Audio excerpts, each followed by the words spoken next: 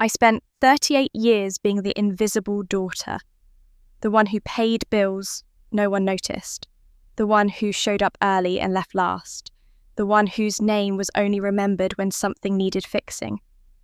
That Christmas Eve, I sat at my family's dinner table, surrounded by the people I had quietly supported for years. The tree lights flickered against the frosted windows. The smell of roasted turkey filled the room. Everyone was laughing, glasses raised, voices warm. Then my sister Madison stood up, wine glass in hand, and said the words that would change everything. "Everyone, I have an announcement," she grinned. "We held a family vote tonight, and the results are in. Haley is officially out of the family." The room erupted in laughter. My father covered his mouth. My mother shook her head but smiled. My brother pulled out his phone to record. No one saw my hands under the table. No one noticed me opening my banking app. They thought it was a joke. They didn't know I was paying for everything.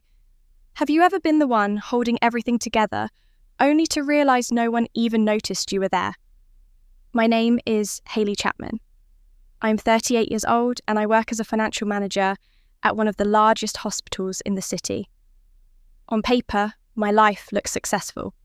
Stable career, nice apartment, money in the bank. But none of that mattered on the night everything fell apart. I sat alone in my car engine, running heat blasting against the December cold. Snow fell softly on the windshield, each flake catching the glow of the Christmas lights from the house in front of me. My parents' house, the house where I grew up. The house I had been financially supporting for years without anyone ever acknowledging it. Through the living room window I could see them. My family. They were laughing, raising glasses, completely unaware that I was sitting out here in the dark. The Christmas tree sparkled behind them, and I could almost hear the muffled sounds of holiday music drifting through the walls. It looked so warm in there, so perfect. But I knew the truth. Minutes ago I had been inside that room. Minutes ago my sister had said something that cracked open 38 years of silence. I couldn't go back in there. I wasn't sure I ever wanted to go back. How did I get here? That's what I kept asking myself as the snow piled up on my windshield. How did I end up sitting alone in a freezing car on Christmas Eve, watching my own family celebrate without me? How could the people who were supposed to love me say something so cruel and laugh about it like it was nothing? To understand that I have to go back to the beginning. I have to tell you about the Chapman family and my place in it. Or rather, my lack of a place. My father, Richard, is 65 now. He's a quiet man, the kind who avoids conflict at all costs. When things get uncomfortable, he retreats to his recliner and pretends he doesn't hear anything. My mother, Patricia, is 63 and the opposite of quiet. She has opinions about everything, especially about her children. The problem is her opinions were never distributed equally. Then there's Madison, my younger sister. She's 34, 4 years younger than me, and from the day she was born, she was the sun around which our family orbited. Madison was sensitive. Madison was special. Madison needed extra attention, extra care, extra everything. And someone had to provide that extra. That someone was always me. My brother, Ethan, is 28, the baby of the family and the only son. In our household, that meant he could do no wrong. While I was expected to help with chores, babysit my siblings, and maintain perfect grades, Ethan was free to play video games and coast through life. "He's a boy," my mother would say, as if that explained everything. And me, I was the eldest, the responsible one, the easy child. That's what my mother always called me. "Haley is so easy, she never causes any problems." She said it like it was a compliment, but even as a child I understood what it really meant. It meant I was invisible. It meant my needs didn't matter, because I never demanded that they did. It meant that as long as I stayed quiet and kept giving, no one would ever have to think about me. The only person who ever seemed to notice was Mrs. Thompson, our elderly neighbour. She lived in the small blue house next door, with the rose bushes out front. When I was young, she would call me over and give me cookies and lemonade. She would ask about my day, about school, about my dreams. "You're going to be someone special someday, Haley," she used to tell me. I can see it in you." I held on to those words for years. Sometimes they were the only thing that made me feel like I mattered at all. But sitting in that car on Christmas Eve, watching my family laugh without me, I realised something. Being easy hadn't earned me love. It had only made me easier to ignore, easier to use, easier to discard. And the easy child was about to learn that silence has a breaking point. To understand how silence becomes a habit, you have to go back to where it started. For me, that was the year I turned 8 years old. That was the year Madison was 4 and Ethan was just a baby. And that was the year I stopped being a child and started being the family's unpaid helper. My parents both worked full-time back then. Dad had a job at a manufacturing plant, and Mum worked as an office administrator. Money was tight, or at least that's what they always told us. There was no budget for babysitters or daycare, so someone had to watch the younger kids after school and during summers. That someone was me. At 8 years old, I became responsible for keeping Madison entertained and making sure baby Ethan didn't hurt himself. I learned how to warm up bottles, change diapers, and prepare simple snacks. I learned how to break up Madison's tantrums and rock Ethan to sleep. While other kids my age were playing outside or joining after-school clubs, I was at home being a miniature mother to my siblings. I never complained, not once, because every time I even hinted that I wanted to do something else, my mother would sigh and say, "Hayley, we're all making sacrifices. This is what family does." And I believed her. I believed that this was normal, that every oldest child carried this weight, that my exhaustion and loneliness were just part of being the firstborn. The sacrifices didn't stop at babysitting. When Madison turned 6, she decided she wanted her own room. Up until then, we had shared, but Madison threw such a fit about wanting privacy that my parents gave in. The problem was, there were only 3 bedrooms in the house. One for my parents, one that Madison and I shared, and one tiny room that was being used for storage. Instead of clearing out the storage room for Madison, my parents moved me into it. I spent my teenage years in a room barely big enough for a twin bed and a small desk, surrounded by boxes of old holiday decorations and forgotten furniture. Madison got the bigger room with the nice window that looked out onto the backyard. When I asked why I had to move instead of her, my mother looked at me like I had asked the most ridiculous question in the world. "Because Madison is younger and she needs more space to grow. You're older, Hayley. You can adapt." I adapted. That's what I always did. When it came to school, I worked hard. I stayed up late, studying, turned in every assignment on time, and maintained straight A's, all through elementary, middle, and high school. I thought that my academic success would finally make my parents proud, that they would look at me and see someone worth celebrating. But whenever report cards came home, my parents would glance at my nod and say, "Good, that's what we expect from you." Then they would turn to Madison, who had C's and the occasional D, and shower her with praise for trying so hard and doing her best despite struggling. I remember one parent-teacher conference where my mother spent the entire time talking to Madison's teacher about extra support and encouragement, while my teacher sat waiting to discuss my candidacy for the gifted program. We never got to that conversation because we ran and out of time. The moment that crystallized everything for me happened when I was 17. I had applied for a competitive academic scholarship that would cover most of my college tuition.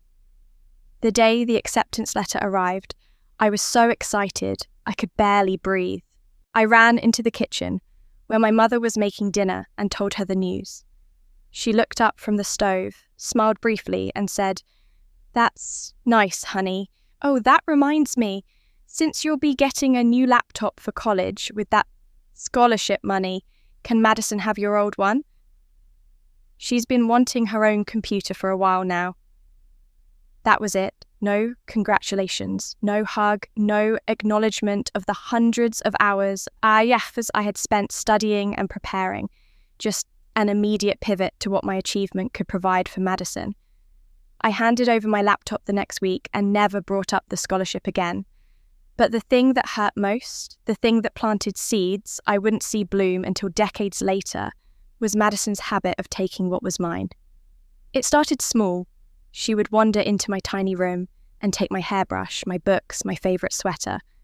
When I asked for my things back, she would shrug and say she didn't know what I was talking about. When I complained to my mother, the response was always the same. "She's your little sister Hayley. She looks up to you. Just let her borrow things. You need to learn to share." But it wasn't borrowing, it was taking. And over time, Madison learned that she could take whatever she wanted from me without any consequences. My belongings, my time, my attention, my accomplishments. Everything I had was hers for the taking, and no one would ever stop her. The only person who ever seemed to see what was happening was Mrs. Thompson. She would watch me walking home from school, shoulders slumped, carrying bags of groceries my mother had asked me to pick up. She would see me in the backyard hanging laundry while Madison played inside. One afternoon, she stopped my mother in the driveway and said, "Patricia, your Hayley is such a good girl. She works so hard. You must be so proud of her." My mother barely paused. "She's just doing what she's supposed to do. That's her job as the oldest." Mrs. Thompson didn't argue, but later that day she called me over to her yard. She handed me a plate of warm cookies and a glass of cold lemonade, and she looked at me with the kind of softness I never saw in my own home. "I see how hard you try, Hayley," she said quietly. "Even if no one else does, I see it. And I want you to know that you matter. Don't ever let anyone make you feel like you don't." I almost cried right there on her porch. Those words were the only validation I received during my entire childhood.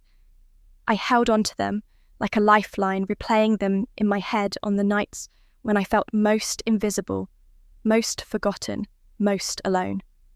By the time I left for college, I had perfected the art of silence. I didn't ask for things. I didn't complain. I didn't make waves. I just gave and gave and gave, hoping that someday someone in my family would notice. Someday they would appreciate me. Someday they would love me the way I loved them. I learned to be silent at 8 years old. I didn't know that silence would cost me over $200,000 and 16 years of my life. That silence followed me into adulthood, but so did my determination to build something for myself. After graduating from college, I landed an entry-level position in the finance department of a small clinic. I worked hard, stayed late, took on extra projects, and slowly climbed my way up. By the time I was 30, I had become a financial manager at one of the largest hospitals in the region. I oversaw budgets worth millions of dollars, managed a team of accountants, and earned a salary that most people would consider very comfortable. But you would never know it by looking at me. I drove a modest car that I paid off within 2 years. I lived in a simple one-bedroom apartment with second-hand furniture that I'd picked up at estate sales. I didn't wear designer clothes or take expensive vacations. I saved most of what I earned investing quietly in retirement accounts and building an emergency fund. It wasn't that I was cheap. It was that growing up with so little had taught me to be careful to prepare for the worst, to never assume that stability would last. My family never asked about my career in any meaningful way. When I got promoted to financial manager, I mentioned it during a family dinner. My mother nodded and said, "That's nice, honey. Can you pass the potatoes?" My father didn't look up from his plate. Madison scrolled through her phone, and Ethan asked if anyone wanted to hear about the new video game he was playing.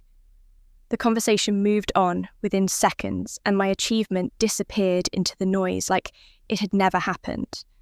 I think they assumed I had some boring office job pushing papers.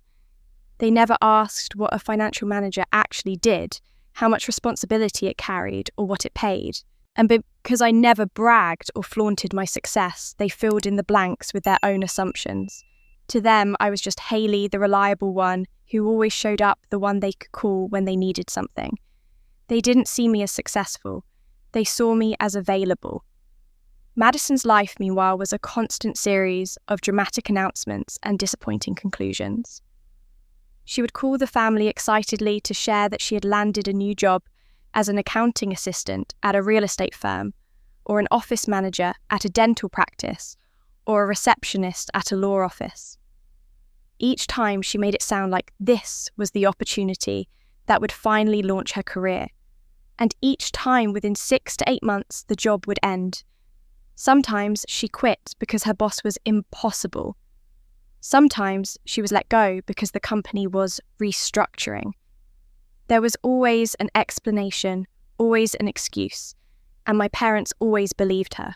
About 2 years before that fateful Christmas, Madison started dating a man named Mark. She introduced him to the family as an entrepreneur who was working on several exciting business ventures. He was charming in that slick way that immediately made me uncomfortable. He talked a lot about investments and opportunities and potential, but whenever I asked specific questions about what exactly his business did, he gave vague answers and changed the subject.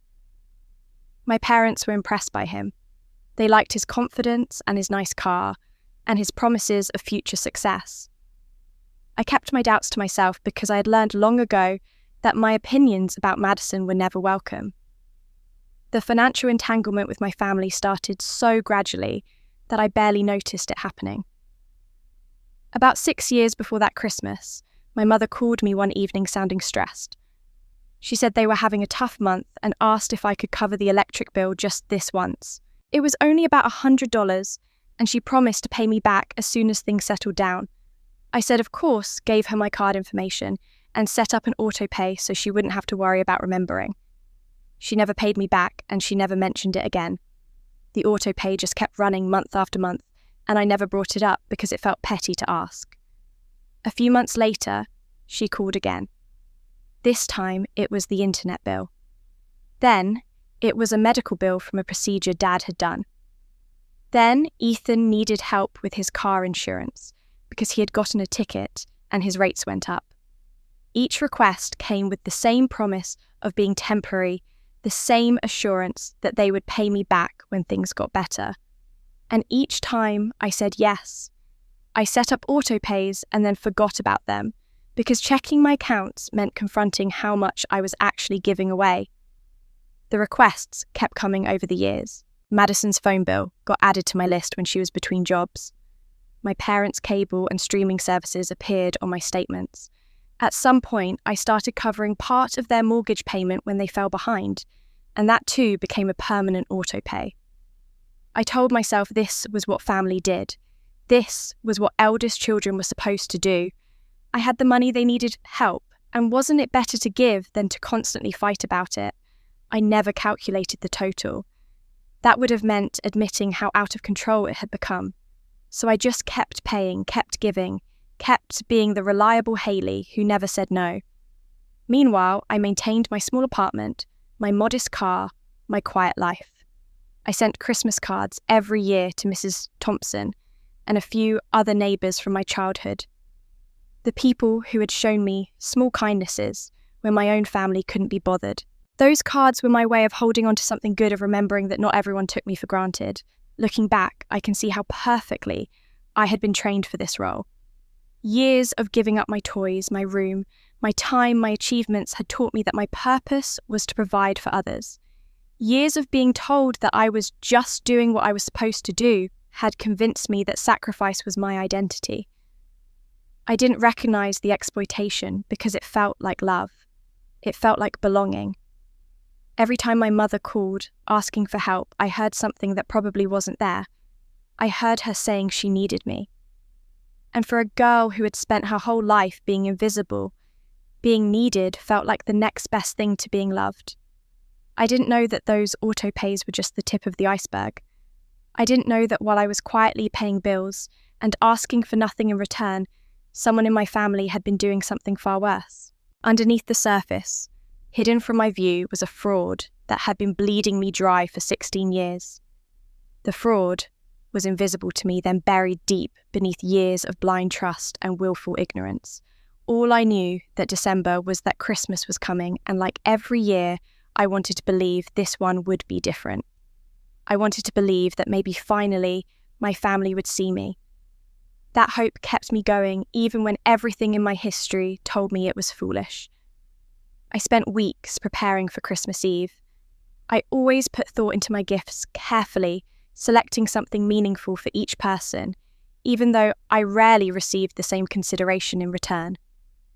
For my mother, I chose an elegant leather handbag she had admired in a magazine months ago. I remembered her pointing at the picture and sighing about how beautiful it was.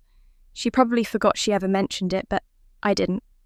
For my father, I bought a new set of fishing gear. He used to love fishing when I was young, and lately he had mentioned wanting to get back into it. I thought maybe this gift would encourage him to take up the hobby again, to find something that brought him joy. For Ethan, I got gift cards to his favourite gaming stores. I didn't understand his world of video games, but I knew it made him happy, and I wanted to support that. And for Madison, I selected a delicate jewellery set with matching earrings and a necklace. It was tasteful and expensive, the kind of thing she would show off to her friends. I wrapped each gift carefully, using the nicest paper I could find. I even wrote personal notes on the gift tags, hoping that the small words of affection might mean something. As I loaded everything into my car, I told myself that this year would be different. This year they would appreciate the effort. This year I would feel like part of the family. But even as I drove toward my parents' house, a small knot of anxiety sat in my stomach. Something had been bothering me for months, and I couldn't quite shake it. Back in September, my father had called me out of the blue. That alone was unusual because Dad rarely called anyone. He preferred to let Mum handle family communication. But that day, his voice sounded strange, tight, almost nervous. He asked if I could lend him $3,000. When I asked what it was for, he mumbled something about unexpected expenses and needing to cover a shortfall. He didn't give details and I didn't press. I transferred the money that same day because that's what I always did. I helped without asking questions. He never mentioned it again. He never thanked me. And the few times I saw him after that, he seemed different, quieter than usual. He avoided making eye contact with me, and whenever I walked into a room, I caught him looking away quickly like he was hiding something. I told myself I was imagining things. Dad was just getting older, maybe a little forgetful, maybe dealing with the stress. But the feeling that something was wrong wouldn't leave me. When I arrived at my parents' house on Christmas Eve, the sun was already setting. The house looked festive, with lights strung along the roofline and a wreath hanging on the front door. I gathered the presents from my trunk and walked up the path, taking a deep breath before ringing the doorbell. My mother answered, phone pressed to her ear, and waved me inside without pausing her conversation.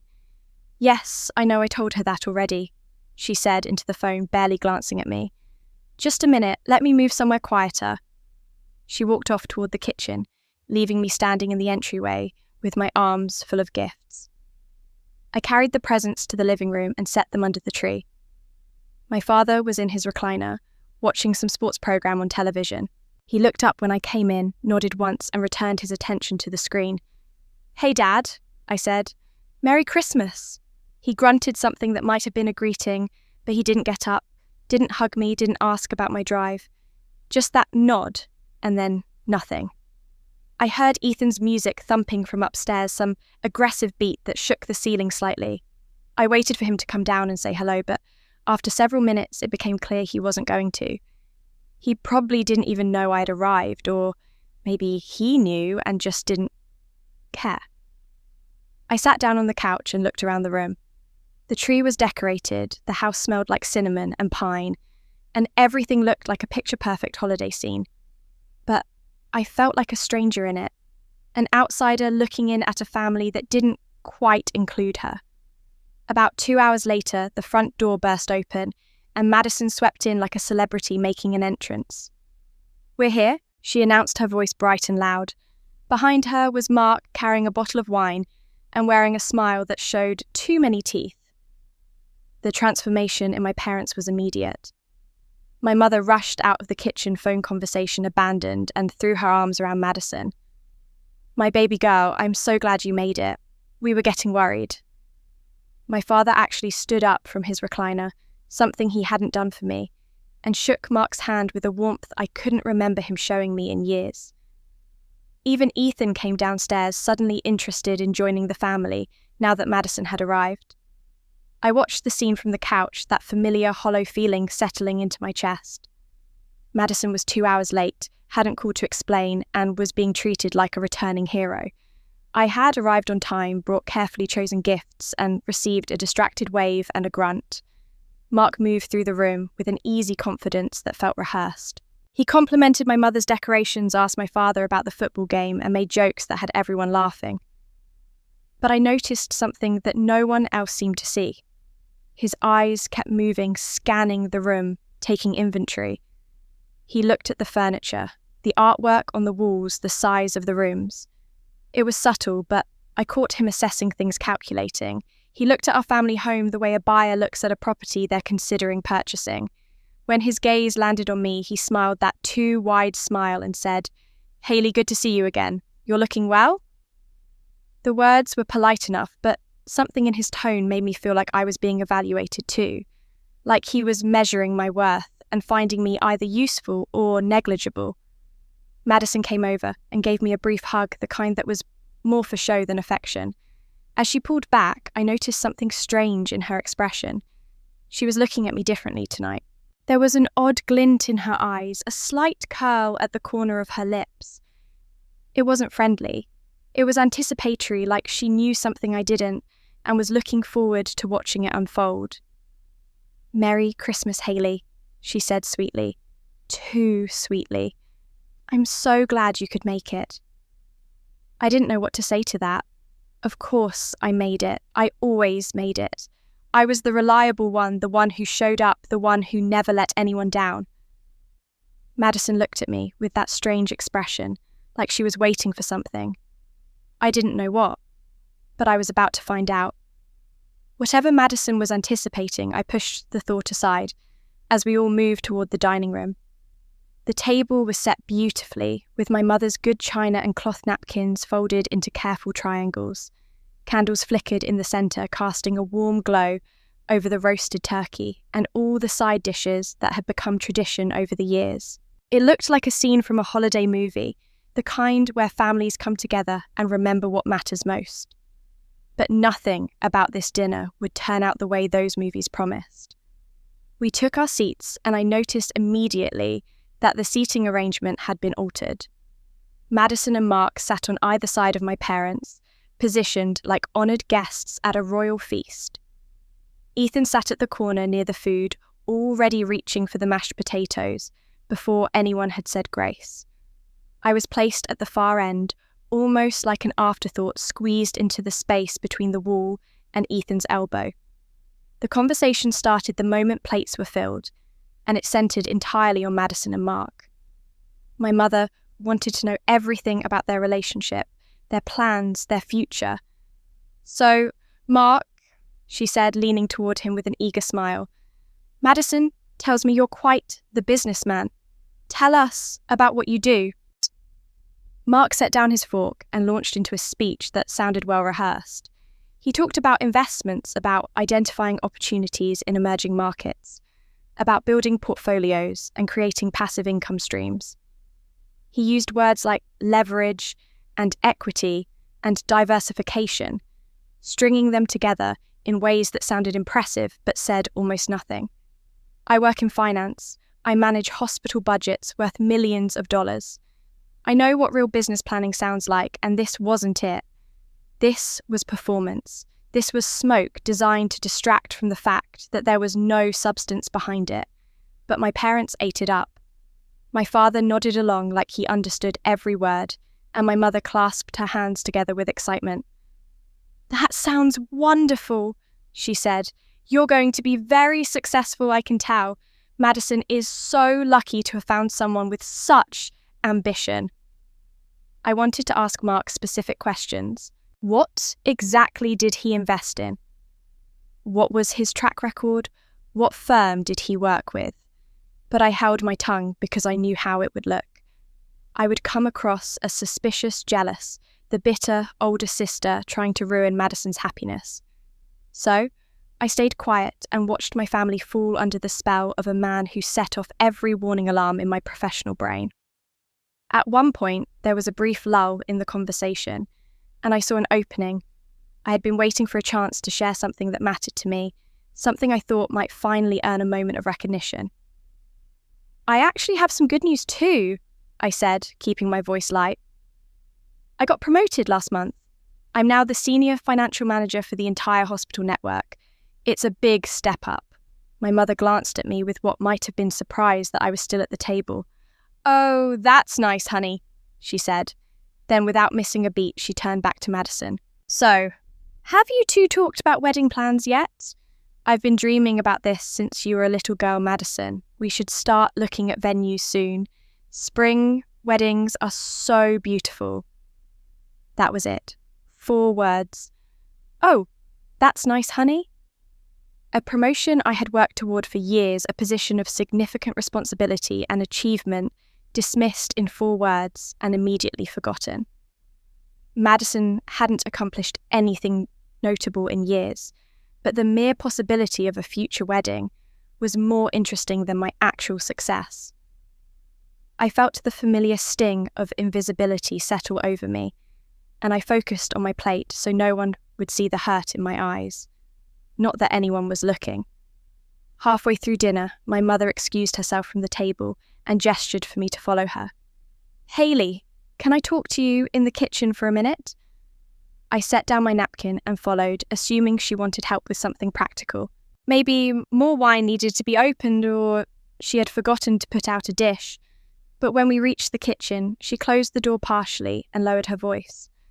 Honey, I need to ask you something. The family is going through a bit of a rough patch financially right now. Things have been tight, and I was hoping you could contribute a little more this year, just to help us get through the holidays. I stared at her, trying to process the request. I was already paying their mortgage, their utilities, their cable, their medical bills, and half a dozen other expenses. I had handed my father $3,000 just a few months ago without any explanation. How much more could they possibly need? Mum, what's going on? I asked. What kind of rough patch? Is something wrong with the house? Is Dad's job okay? She waved her hand dismissively. It's nothing you need to worry about, just adult matters. Finances get complicated sometimes. I'm just asking for a little extra help, that's all. You've always been so good about helping the family. There it was again, that phrase. So good about helping. It never came with gratitude. It came with expectation. I was good at helping, so I should keep doing it forever, without question, without limits. I wanted to ask more questions. I wanted to demand specifics. But something in my mother's tone told me I wouldn't get real answers. She had already decided what she wanted from me, and the reason didn't matter. The reason never mattered.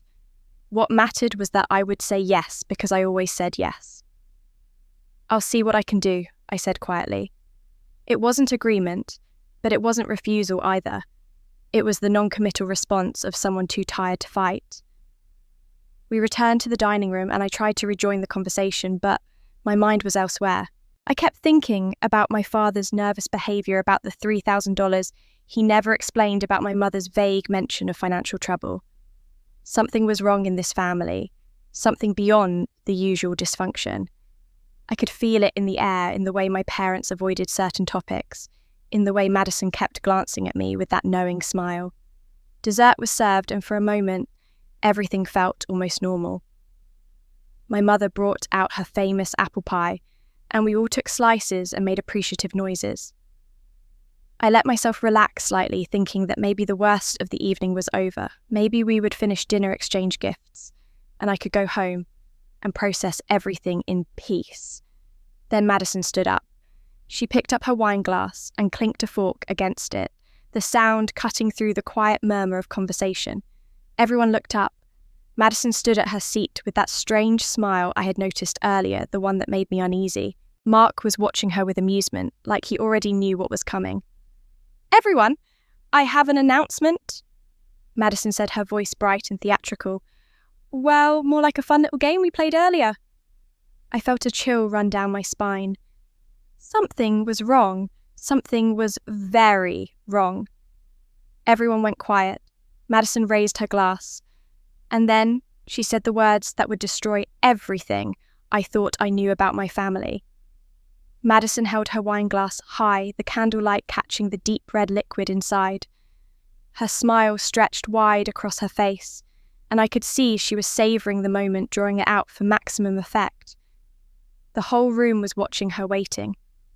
Even Mark had set down his fork and leaned back in his chair with an expression of quiet amusement, like a man about to enjoy a show he had already seen rehearsed. "So," Madison continued, her voice dripping with theatrical enthusiasm, "while Hayley was getting her things from the car earlier, we all had a little family discussion. And we decided to do something fun. We held a vote. A family vote." My stomach tightened. I didn't know where this was going, but every instinct told me it wasn't anywhere good. "We voted on who the real members of this family are," Madison said. "You know who really belongs here, who really contributes to the family spirit." She paused for effect, her eyes finding mine across the table. "And the results are in." The room was silent. My mother had her hand over her mouth, but I could see her lips curving upward beneath her fingers. My father was looking down at his plate shoulders, shaking slightly with suppressed laughter. Ethan had his phone out pointed directly at me. "Hayley," Madison announced with mock solemnity, "I'm sorry to inform you that you have officially been voted out of the family." The room erupted. My mother burst into laughter, dropping her hand to clutch her chest. "Oh, Madison, you're terrible," she gasped between giggles. My father finally let go, his laughter coming out in loud barks that he tried to muffle with his napkin. Ethan was cackling while holding his phone steady, making sure he captured every second of my reaction. Madison took a little bow, clearly delighted with herself. I sat frozen. The laughter crashed over me like waves, each sound hitting me in the chest. I looked at my mother, the woman who had raised me, and saw tears of mirth streaming down her cheeks. I looked at my father, the man who never stood up for me, and watched him wipe his eyes with the corner of his napkin. I looked at Ethan, my little brother, who I had helped raise, and saw him grinning behind his phone screen, documenting my humiliation for posterity. And then there was Mark. He wasn't laughing like the others. Instead, he fixed me with a look of exaggerated sympathy, the kind of expression someone might give a child who didn't understand an adult joke. "Don't take it personally, Hayley," he said smoothly. "It's just a joke. You know how families are. You know how it is." His condescension cut deeper than the laughter. The way he said it, so casual, so dismissive, as if my feelings were an overreaction to something meaningless. As if I should just accept being the butt of the joke and move on. As if being told I didn't belong in my own family was something to brush off with a smile. I didn't cry. I wanted to. I could feel the pressure building behind my eyes, the hot sting of tears threatening to spill. But something in me refused to give them that satisfaction. They were all watching me, waiting to see how I would react. Would I laugh along and pretend it didn't hurt? Would I get angry and prove that I couldn't take a joke? Would I cry and confirm that I was the overly sensitive one they had always believed me to be? I did none of those things. I sat perfectly still and let the laughter wash over me, and something inside me shifted. I looked at Madison, at her triumphant smile, and I saw clearly for the first time, this wasn't a spontaneous joke. This was planned. This was coordinated. They had discussed this before I arrived, chosen their words, prepared their reactions. My own family had sat around and decided that making me feel like an outsider would be entertaining. I looked at my mother, and I understood that her laughter wasn't the accidental cruelty of someone who didn't realise they were causing harm. She knew exactly what this would do to me. She just didn't care. I looked at my father, and I saw a man who had never once defended me, who had watched me sacrifice everything for this family and never said thank you, who had borrowed $3,000 from me months ago and couldn't even look me in the eye now. I looked at Ethan still recording, and I realised he saw me not as a sister who had helped raise him, but as content for his social media, a funny moment to share with his friends. And I looked at Mark, this stranger who had walked into our family, and immediately understood the dynamic. He knew I was the safe target, the one everyone could mock, without consequence, the one who would take it quietly because she always had. This wasn't a joke. This was the truth, dressed up as humour to make it palatable. They had voted me out of the family because in their hearts I had never really been in. I was the helper, the fixer, the one who paid bills and showed up and asked for nothing. But I wasn't one of them. I had never been one of them. 38 years of memories flooded through me. Every birthday where my gifts were an afterthought. Every achievement that was met with indifference. Every sacrifice that was taken for granted. I had spent my whole life trying to earn their love, trying to be good enough, quiet enough, helpful enough. And this was where it had gotten me. Sitting at the end of a dinner table being told I didn't belong while my family laughed. Something broke inside me. Not in a dramatic way, not with rage or tears. It broke quietly, like a thread that had been pulled too tight for too long, finally snapping. And in its place, something else emerged. Clarity. I slipped my hand into my pocket and pulled out my phone. Under the table where no one could see, I opened my banking app. I navigated to the Autopay section, the long list of monthly payments that flowed from my account to cover their lives. Mortgage, utilities, insurance, medical bills, phone plans, streaming services, all of it month after month, year after year, without acknowledgement, without gratitude. I looked at the total amount I had paid over the past 6 years. Nearly $200,000. $200,000 to people who had just voted me out of the family as a Christmas joke. My hands didn't shake. My heart wasn't racing. For the first time in 38 years, I felt completely calm. The fog of obligation and guilt that had clouded my judgment for so long suddenly lifted. I could see everything clearly now. What I had given, what they had taken, and what they truly thought of me. The laughter was dying down around the table. Madison was basking in the attention. Mark was refilling his wine glass, and my parents were wiping their eyes and catching their breath. No one asked if I was okay. No one checked to see if the joke had gone too far. Because they didn't care. They never had. I looked up from my phone and let my eyes travel slowly around the table, taking in each face one last time. Then I put on a small, polite smile. They thought it was a joke, but I had just decided to show them exactly what it meant to vote me out. The polite smile stayed on my face as I scrolled through my banking app beneath the table. The laughter had faded into casual conversation, now everyone moving on as if nothing significant had happened. To them, it hadn't. They had made their joke, had their fun, and now it was time to return to normal. They expected me to do what I always did, absorb the hurt, stay quiet, keep giving. But I wasn't going to do that anymore. I navigated to the Autopay section of my account and began scrolling through the list. Each entry was a thread connecting me to this family, a financial lifeline I had maintained for years out of obligation and misplaced hope. Now, seeing them laid out in a neat column, I finally understood the full weight of what I had been carrying. The first entry was my parents' mortgage, $1,850 every month automatically withdrawn from my account and sent to the bank that held the loan on this house. I had been paying this for 6 years because they fell behind and asked for help. Just temporary, they said. Just until things got better. Things never got better, and they never stopped needing. Below that was Ethan's car insurance, $180 a month because he got a speeding ticket, and his rates went up and he couldn't afford the increase on his part-time job. I had agreed to cover it temporarily while he got back on his feet. That was 4 years ago. He was still on his feet, still working, and I was still paying.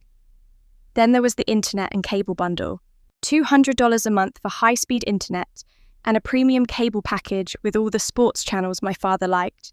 They had asked me to help when their old provider raised rates. I set up the Autopay and never thought about it again. Madison's phone plan was next on the list, $120 a month for a top-tier plan with unlimited data and international calling. She needed it for work, she said, for staying connected with clients. She had gone through 3 jobs since I started paying that bill, and the plan remained on my account through all of them. Finally, there were my mother's medical bills, $340 a month going toward payment plans for various procedures and appointments. Some of these dated back years. I had taken them on during a health scare, wanting to make sure my mother had access to the care she needed. She recovered fully, but the autopay continued. I did the math in my head, the numbers adding up with cold precision. Nearly $2,700 every month flowing out of my account and into their lives. Over 6 years, that came to more than $190,000. Almost $200,000 I had given to people who had just voted me out of the family as a joke. My thumb hovered over the first entry, the mortgage, the biggest payment, the one that kept a roof over their heads. I thought about all the times I had sat at this table feeling invisible, all the achievements that went unnoticed, all the sacrifices that were taken for granted. I thought about my mother asking me for more money in the kitchen not 2 hours ago without any explanation, as if my bank account was just an extension of her own. I pressed cancel. A confirmation message appeared asking if I was sure. I pressed yes. I moved to the next entry, Ethan's car insurance. I thought about him recording my humiliation on his phone, laughing while he captured my pain for entertainment. I pressed cancel and confirmed. The internet and cable. I thought about my father grunting at me from his recliner, not bothering to get up when I arrived. I pressed cancel. Madison's phone. I thought about her standing at the head of the table, glass raised, announcing my exile with theatrical glee. I pressed cancel. My mother's medical bills. I thought about a lifetime of being told I was just doing what I was supposed to do, of being expected to give without receiving anything in return except criticism and indifference. I pressed cancel. One by one, I severed each connection. With every tap of my thumb, I felt something loosen in my chest. There was no anger in what I was doing, no vengeful satisfaction. Just a quiet sense of relief, like setting down a weight I had been carrying for so long that I forgot what it felt like to stand up straight. When I finished, I closed the app and slipped my phone back into my pocket. The conversation around me continued as if nothing had changed. My mother was telling Madison about a neighbour's daughter who had just gotten engaged. My father was discussing football with Mark. Ethan had finally put his phone away and was picking at the last of his pie. No one noticed that I had been quiet for several minutes. No one asked what I was doing. I pushed back my chair and stood up. The movement caught my mother's attention and she looked over with mild surprise. "Leaving already?" she asked, though her tone suggested she didn't particularly care either way. "Yes, I said evenly. "Thank you for dinner. I need to head home." I walked to the hallway and retrieved my coat from the closet. As I pulled it on, Madison called out from the dining room. "Yeah, go ahead, Hayley. You're not really a party person anyway." A few chuckles followed her comment. I didn't respond. I simply buttoned my coat, picked up my purse and walked to the front door. I paused with my hand on the knob and looked back at the dining room. Through the doorway, I could see them all sitting there, bathed in the warm glow of Christmas lights, completely unaware that their world was about to change.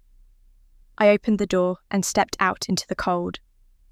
The snow was falling heavier now, thick flakes swirling in the light from the porch. I walked to my car, my footsteps crunching on the frozen ground, and got in without looking back. The engine started with a quiet hum, and I pulled out of the driveway, leaving behind the house where I had never truly belonged. The drive home was silent, except for the soft sound of snow hitting the windshield. I didn't turn on the radio. I didn't call anyone. I just drove through the white-covered streets, watching the world pass by in a blur of snowflakes and streetlights. And somewhere along that drive, I realized something had changed inside me. The constant pressure that had lived in my chest for as long as I could remember, that weight of trying to be good enough, of trying to earn love that was never freely given. It was gone. In its place was something unfamiliar, something light. I was free. For the first time in 38 years, I had chosen myself. I had looked at the people who were supposed to love me, seen exactly how little they valued me, and decided that I was done. Done sacrificing, done hoping, done being invisible. I drove home through the snow, and for the first time in my life, I felt like I could breathe. But my family, they had no idea what was coming. The peace I found on that snowy drive home stayed with me through the rest of the holiday week. I spent the days between Christmas and New Year's in a state of quiet calm, doing things I actually enjoyed for once. I read books I had been meaning to finish. I took long walks through my neighbourhood, admiring the holiday decorations on other people's houses. I cooked meals for myself and ate them slowly, savouring each bite without rushing to be somewhere or do something for someone else. My phone was silent. No calls from my family, no messages checking in to see if I got home safely. They hadn't noticed my early departure any more than they had noticed my presence at dinner. I was invisible even in my absence. But for the first time, that invisibility didn't hurt. It confirmed what I already knew. They didn't think about me unless they needed something. January 2nd arrived cold and grey, the holiday cheer fading into the ordinary routine of a new year. I went back to work, threw myself into the projects waiting on my desk, and tried not to think about what might be happening at my parents' house. I knew the cancellations would take effect soon. I knew the consequences were coming. But I felt strangely detached from it all, like watching a storm approach from behind thick glass. The storm hit my parents first. I learned later what happened that morning. My mother was in the kitchen making coffee when the phone rang. It was the bank calling about their mortgage. The payment that was due on January 1st had been rejected. The account it was supposed to be drawn from had cancelled the automatic transfer. The bank representative was polite but firm. If payment wasn't received within 15 days, late fees would be applied. If it wasn't received within 30 days, more serious consequences would follow. My mother didn't understand. She had never understood because she had never bothered to learn. For 6 years, the mortgage payment had simply appeared on time every month like magic. She never questioned where it came from. She never logged into the account to check. She just assumed it was handled the way she assumed so many things were handled because I was the one handling them. She called my father into the kitchen, her voice high with panic. He looked at the phone in confusion, as if the device itself had betrayed him. They tried to figure out what had gone wrong. Maybe it was a bank error. Maybe there was a technical glitch. They called the bank back, demanded explanations, insisted there must be a mistake. But there was no mistake. The Autopay had been cancelled. The money wasn't coming. While my parents were dealing with the mortgage crisis, Ethan was discovering his own problem 20 miles away. He got into his car that morning to drive to work the same way he did every day and noticed an alert on his phone. His car insurance had been cancelled due to non-payment. The policy that had protected his vehicle for years was suddenly void. He couldn't legally drive without insurance. He was stranded. Ethan called Serge, the insurance company, in a fury, convinced they had made an error. He yelled at the customer service representative, demanded to speak to a manager, insisted that his payments were automatic and never missed. But the representative calmly explained that the payment method on file had been removed. There was no active payment source. The policy had lapsed. He called home next, still raging. My mother answered in the middle of her own crisis, barely able to process what he was telling her. 2 problems now. 2 financial emergencies that had appeared out of nowhere on the same day. She told him to figure something out, that she had her own issues to deal with, and hung up. Madison's disaster came in the most public way possible. She had started a new job just before the holidays, an administrative position at a small marketing firm. It was the most promising opportunity she had found in years, and she was determined to make a good impression. That afternoon, she was on a call with a potential client trying to sound professional and competent when her phone suddenly went dead. Not a dropped call. Complete disconnection. Her service had been suspended. She stared at her phone in disbelief, then tried to restart it. Nothing. She borrowed a co-worker's phone to call her carrier and learned that her account had been terminated due to non-payment. The Autopay had been cancelled weeks ago, and without it, the bill went unpaid. Her service was cut off in the middle of a workday, in the middle of an important call, leaving her scrambling to explain to her new employer why she suddenly couldn't use her phone. The humiliation was immediate and complete. She had to beg her boss to let her use the office phone for personal calls. She had to explain that there had been some kind of billing mix-up. She could see the doubt in her co-workers' eyes, the judgment she imagined in their glances. This was supposed to be her fresh start, and it was falling apart on day 3. By that evening, my mother had connected the dots. 3 separate financial emergencies all hitting on the same day, all involving payments that had mysteriously stopped. She thought back to all the times she had asked me for help over the years, all the autopays I had set up at her request. And she realised, perhaps for the first time, just how many threads of their financial life ran directly through my bank account. She called an emergency family meeting.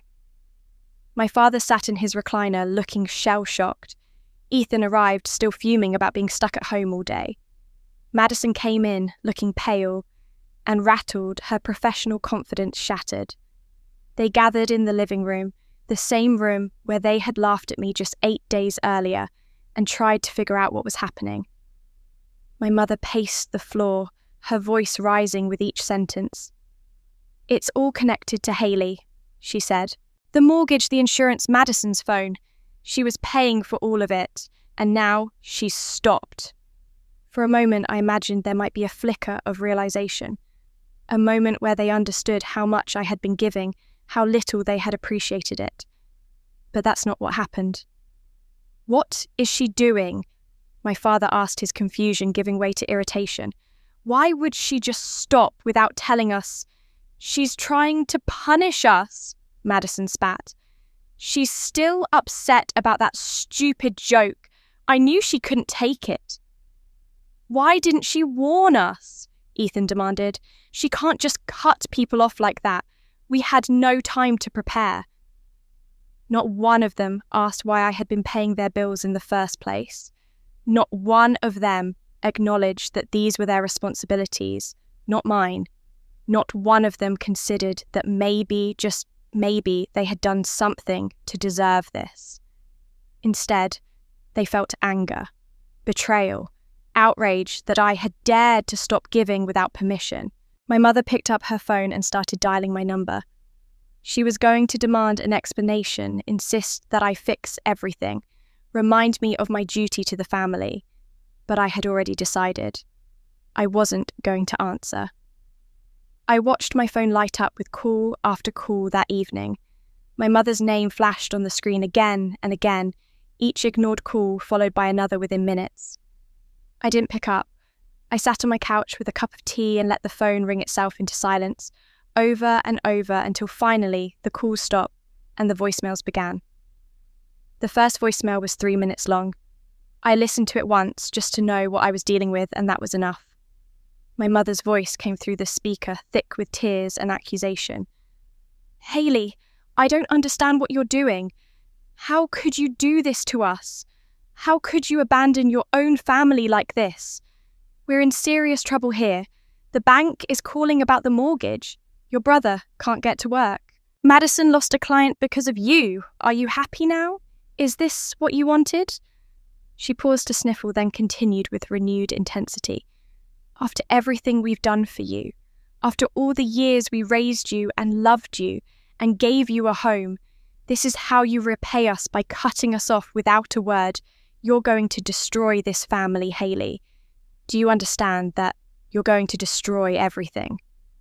The voicemail ended with her begging me to call back to explain myself, to fix whatever I had broken.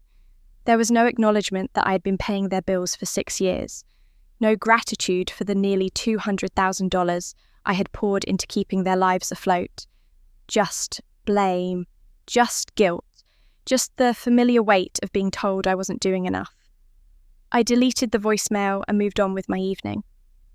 Later that night, I checked Facebook out of habit and saw Madison's latest post. She had written one of those vague, dramatic statuses designed to attract sympathy without providing context. Some people live in a family, but were never really part of it.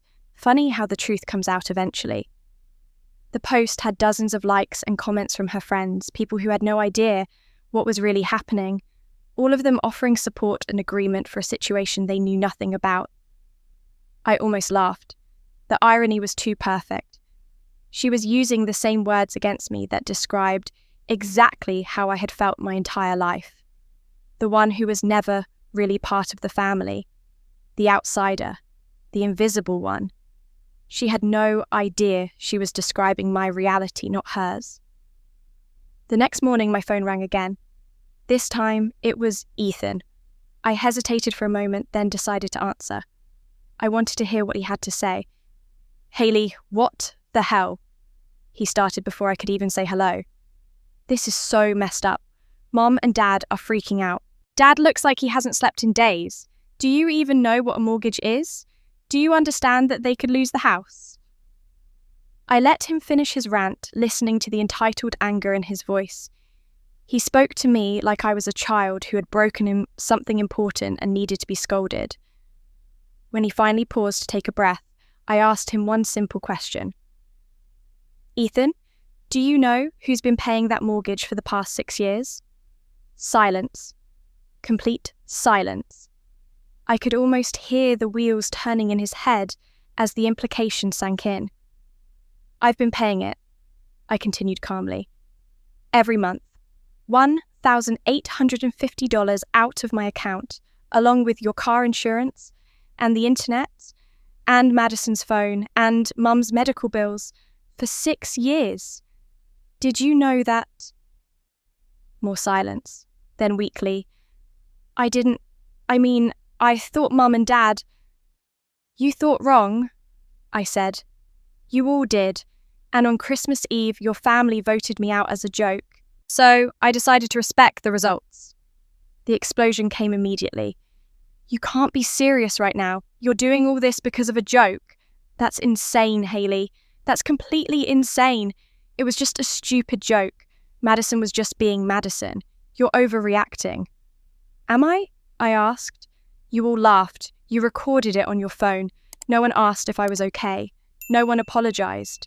And now you're telling me I'm overreacting for finally stopping the flow of money that none of you ever acknowledged or appreciated."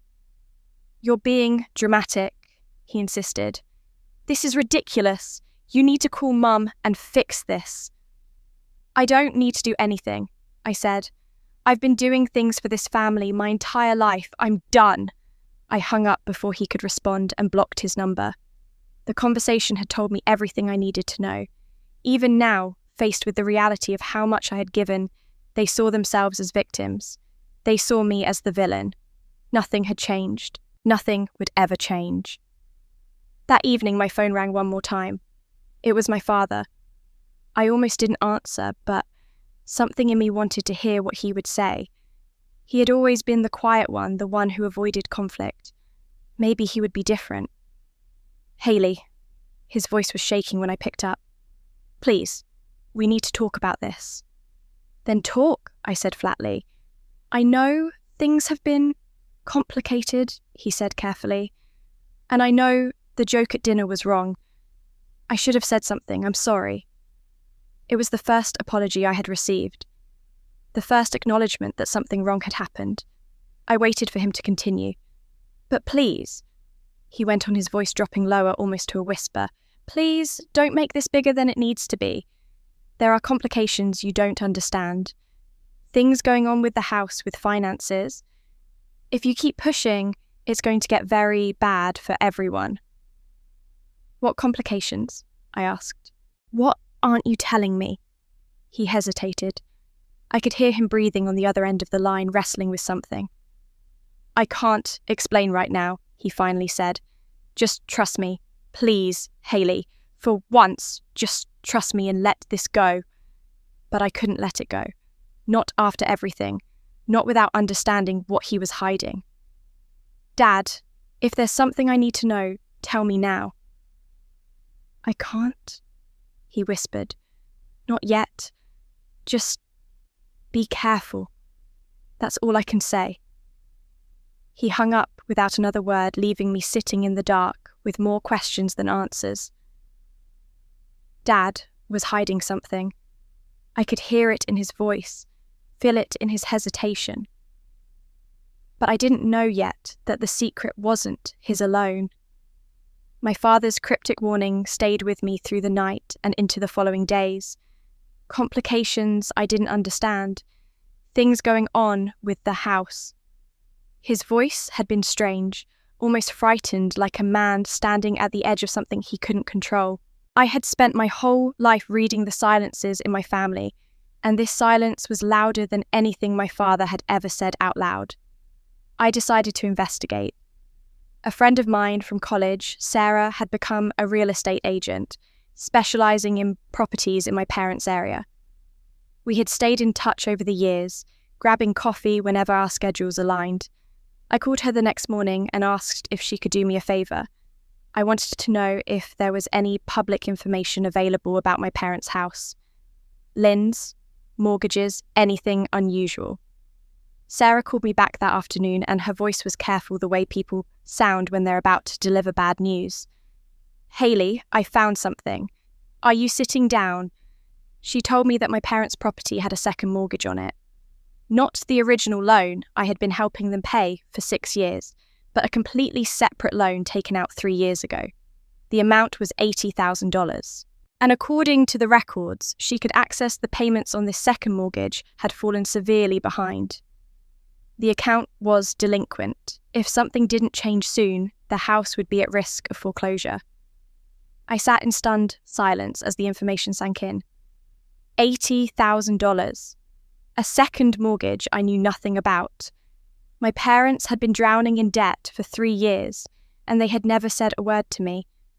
All those calls asking for extra help, all those vague references to financial trouble, and not once had anyone mentioned that they had taken out a massive loan against their home.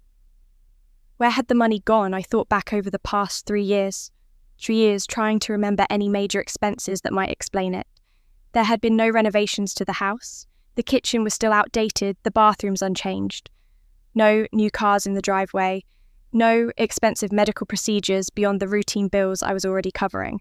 No trips or luxuries that would account for $80,000 disappearing. Then I remembered something that made my stomach tighten. 3 years ago, right around the time that second mortgage would have been opened, my father had gone through a phase.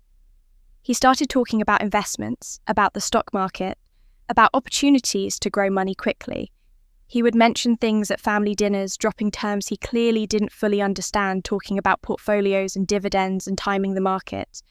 He seemed excited, almost secretive, like he had discovered something nobody else knew about. And then, just as suddenly, he stopped. The investment talk disappeared. He went back to being the quiet man in the recliner who never discussed finances. I had assumed at the time that he had simply lost interest, moved on to another hobby. But now, with this new information, a darker picture emerged. Had my father taken out $80,000 against the house to invest in the stock market? Had he lost it all in some risky bet and been too ashamed to tell anyone? It would explain his nervous behaviour, his inability to meet my eyes, his desperate phone call begging me not to make things worse. He wasn't just worried about the mortgage I had stopped paying, he was worried about the secret he had been hiding for 3 years. I was still processing this possibility when my phone started ringing. Madison's name appeared on the screen. I hesitated, then answered. Her voice was completely different from the last time we had spoken. Gone was the arrogance, the superiority, the smug satisfaction of the woman who had announced my exile from the family. In its place was raw panic. "Hayley, please, you have to listen to me. I know things have been bad between us, and I know you're angry about Christmas, but this is serious. This is really, really serious." "I'm listening," I said flatly. "Mum and Dad are going to lose the house. There's this loan, this second mortgage, and they can't make the payments. The bank is threatening to take everything. If we don't figure something out soon, they're going to be homeless. Do you understand? Our parents are going to be on the street. I let her words hang in the air for a moment before responding. I know about the second mortgage, $80,000, opened 3 years ago. Madison's breath caught audibly on the other end of the line. How do you know that one? I did some research. What I don't know is where the money went. Do you say? Silence, a long, uncomfortable silence that stretched on for several seconds. Madison, where did $80,000 go? I don't. It's complicated, she stammered. There were expenses, things happened. It's not important right now. What's important is that we need to fix this. What expenses? I pressed. Dad was talking about stock investments around that time. Did he lose the money in the market? More silence. I could hear Madison breathing rapidly, like she was trying to figure out what to say. When she finally spoke, her voice was smaller than I had ever heard it. I don't know all the details. You'd have to ask Dad. She was lying. I could hear it as clearly as if she had spoken the words out loud. Madison was a bad liar when she was scared, and right now she was terrified. Fine, I said. Then let me ask you something simpler. Who signed for the loan whose name is on that second mortgage? The silence that followed was the loudest thing I had ever heard. It stretched on, Madison's breathing the only sound on the line. She wasn't going to answer. She couldn't answer, because answering would reveal something she desperately wanted to keep hidden. Madison, I repeated, who signed the loan? I have to go, she said abruptly. We'll talk later. The line went dead. I sat there holding my phone, staring at the blank screen, my mind racing through possibilities. If my father had taken out the loan to gamble on stocks, why was Madison so afraid of that question? Why would she panic at the simple inquiry of whose name was on the paperwork, unless the loan wasn't in my father's name at all? The pieces were beginning to shift in my mind, forming a picture I couldn't quite see yet. My father's guilt, his cryptic warnings. Madison's panic, her evasiveness. The $80,000 that had vanished without explanation. When I asked Madison who signed for the loan, she went silent. And I knew the secret was bigger than Dad's stock losses. The silence from Madison after our phone call told me I was getting closer to something she didn't want me to find. But I had no idea how desperate my family was becoming, or how far they would go to force me back into line. I found out the following Monday. I was in a meeting with my team reviewing quarterly budget reports when my desk phone buzzed with an internal call from the front desk. I excused myself briefly and picked up the receiver, expecting a routine inquiry about a delivery or a visitor with an appointment. Ms. Chapman, the receptionist said, her voice strained with discomfort. There are some people here to see you. They say they're your family and it's an emergency. My blood went cold. My family? Yes, ma'am. They're quite insistent. They're in the main lobby and they're making a scene. I think you should come down. I apologised to my team and walked as calmly as I could to the elevator, though my heart was pounding in my chest. This couldn't be happening. They wouldn't actually come to my workplace. They wouldn't cross that line. But of course they would. Because to them, no line existed. My boundaries had never mattered. My needs had never mattered. Why would my professional life be any different? The elevator doors opened onto the lobby and I saw them immediately. My mother was standing near the reception desk, tears streaming down her face, her voice loud enough to carry across the entire floor. My father stood beside her, shoulders hunched, looking like he wanted to disappear into the floor. And Madison was there too, arms crossed, phone in hand, watching the scene unfold with an expression that was half anxiety and half satisfaction. Several of my colleagues had gathered nearby, watching with undisguised curiosity. These were people I worked with every day, people who knew me as professional, composed and private. Most of them didn't even know I had a family. I kept my personal life separate from work deliberately, and now that separation was being torn apart in the most public way possible. Haley, my mother cried when she saw me, her voice cracking with theatrical anguish. How could you do this to us? How could you abandon your own family? She turned to the gathered onlookers, addressing them as if they were a jury. My daughter abandoned us. What kind of child does this? What kind of person leaves their own mother to suffer? I felt the heat rise to my cheeks as every eye in the lobby turned to me. Colleagues I respected, staff members I supervised, visitors I didn't even know. All of them watching this spectacle, all of them forming judgments about me based on my mother's performance. Madison stepped forward, her voice sharp enough to cut through the murmuring crowd. You can't hide from us forever, Haley. You can't just block our numbers and pretend we don't exist. We're your family. You owe us. I stood there for a moment, letting the initial shock wash over me. Then something clicked into place. The embarrassment faded, replaced by a cold, clear anger. They had come to my workplace. They had deliberately humiliated me in front of my colleagues. They had crossed a line that could never be uncrossed. I walked toward them slowly, keeping my voice low and controlled. This is my place of work.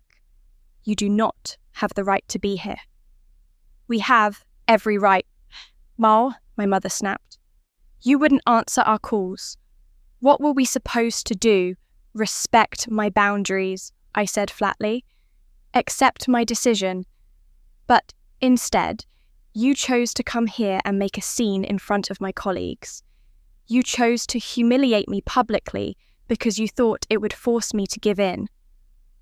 I turned to the security guard who had been hovering uncertainly near the reception desk. Please escort these people out of the building. They are not welcome here. My mother gasped as if I had struck her. You're having us thrown out, your own parents. You stopped being my parents when you voted me out of the family, I said. Remember, it was a joke. Except now, I'm the one who's not laughing. The security guard approached, gesturing politely but firmly toward the exit. My mother began crying harder, clutching at my father's arm. Madison's face twisted with frustration, and I noticed her fingers flying over her phone, typing rapidly, even as the scene unfolded. She was texting someone, reporting what was happening, receiving instructions. Mark wasn't here in person, but I had the sudden certainty that he was directing this from wherever he was. The ambush had been planned. The public confrontation had been strategy, and Madison was just the messenger. As the security guard began ushering them toward the door, my father broke away and stepped close to me. His face was grey, his eyes red-rimmed. When he spoke, his voice was barely a whisper. Haley, please. If you don't help, I'll lose everything. The house, your mother's security, everything I've worked for my whole life, please. I looked at him. This man who had never protected me, never stood up for me, never once told my mother or Madison to treat me better. He was begging now, desperate and broken, and part of me wanted to feel sorry for him. But I remembered all the years of silence, all the times he could have spoken up and chose not to. Then maybe you should have thought about that before you let them vote me out, I said quietly. He flinched, as if I had slapped him, and then the security guard's hand was on his arm, guiding him gently but firmly toward the exit. I watched them go, my mother still crying, Madison still texting my father, shuffling along with his head down. When the lobby doors closed behind them, I turned to face my colleagues. Some looked away quickly, embarrassed to have witnessed such a private moment. Others met my eyes with sympathy or curiosity. I would have to do damage control later, explain enough to preserve my professional reputation without revealing all my family's dysfunction. But that would come later. Right now, I needed to get through the rest of the day. That night, I received a call from a number I didn't recognize. I almost let it go to voicemail, but something made me answer. The voice on the other end was a woman's older, with a slight tremor that came from age rather than fear. Haley Chapman. Yes, who is this? This is your Aunt Ruth. Your mother's sister. We've never met, but I've been watching what's happening, and I think you need to know the truth." I stood in my kitchen, holding the phone to my ear, the name echoing in my mind. Aunt Ruth. I had heard that name before, spoken in hushed tones and sharp warnings. She was the family ghost, the relative who had been erased from all gatherings and conversations so thoroughly that I had almost forgotten she existed. "Aunt Ruth," I repeated slowly. "My mother's sister." "That's right," she said. "I'm sure Patricia told you I was difficult, troublesome, maybe even crazy. That's what she tells everyone who asks why we don't speak anymore." I tried to remember what I had been told about her. The details were fuzzy, half-remembered fragments from childhood. Something about a falling out, something about Ruth being selfish and unwilling to help the family. My mother had painted her as the villain in a story I never questioned because I was too young to know better. "What happened between you and my mother?" I asked. Ruth let out a long breath. "The same thing that's happening to you right now. I was treated exactly like you, Hayley. I was the responsible one, the one who worked hard and saved money and tried to do everything right. And when Patricia and Richard started having financial trouble, I was the one they came to." Her voice carried the weight of old pain memories that had never fully healed.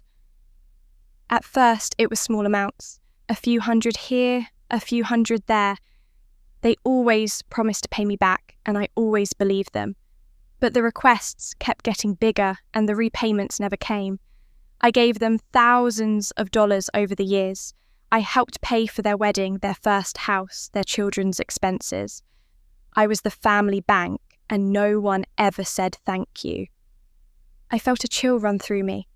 She was describing my life. My exact experience played out a generation earlier with a different person in my role.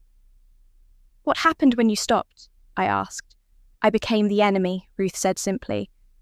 "I had my own family to support, my own bills to pay. I couldn't keep giving endlessly.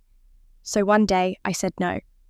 I told Patricia I couldn't lend her any more money, that she and Richard needed to figure out their finances on their own. And just like that, I was cut off.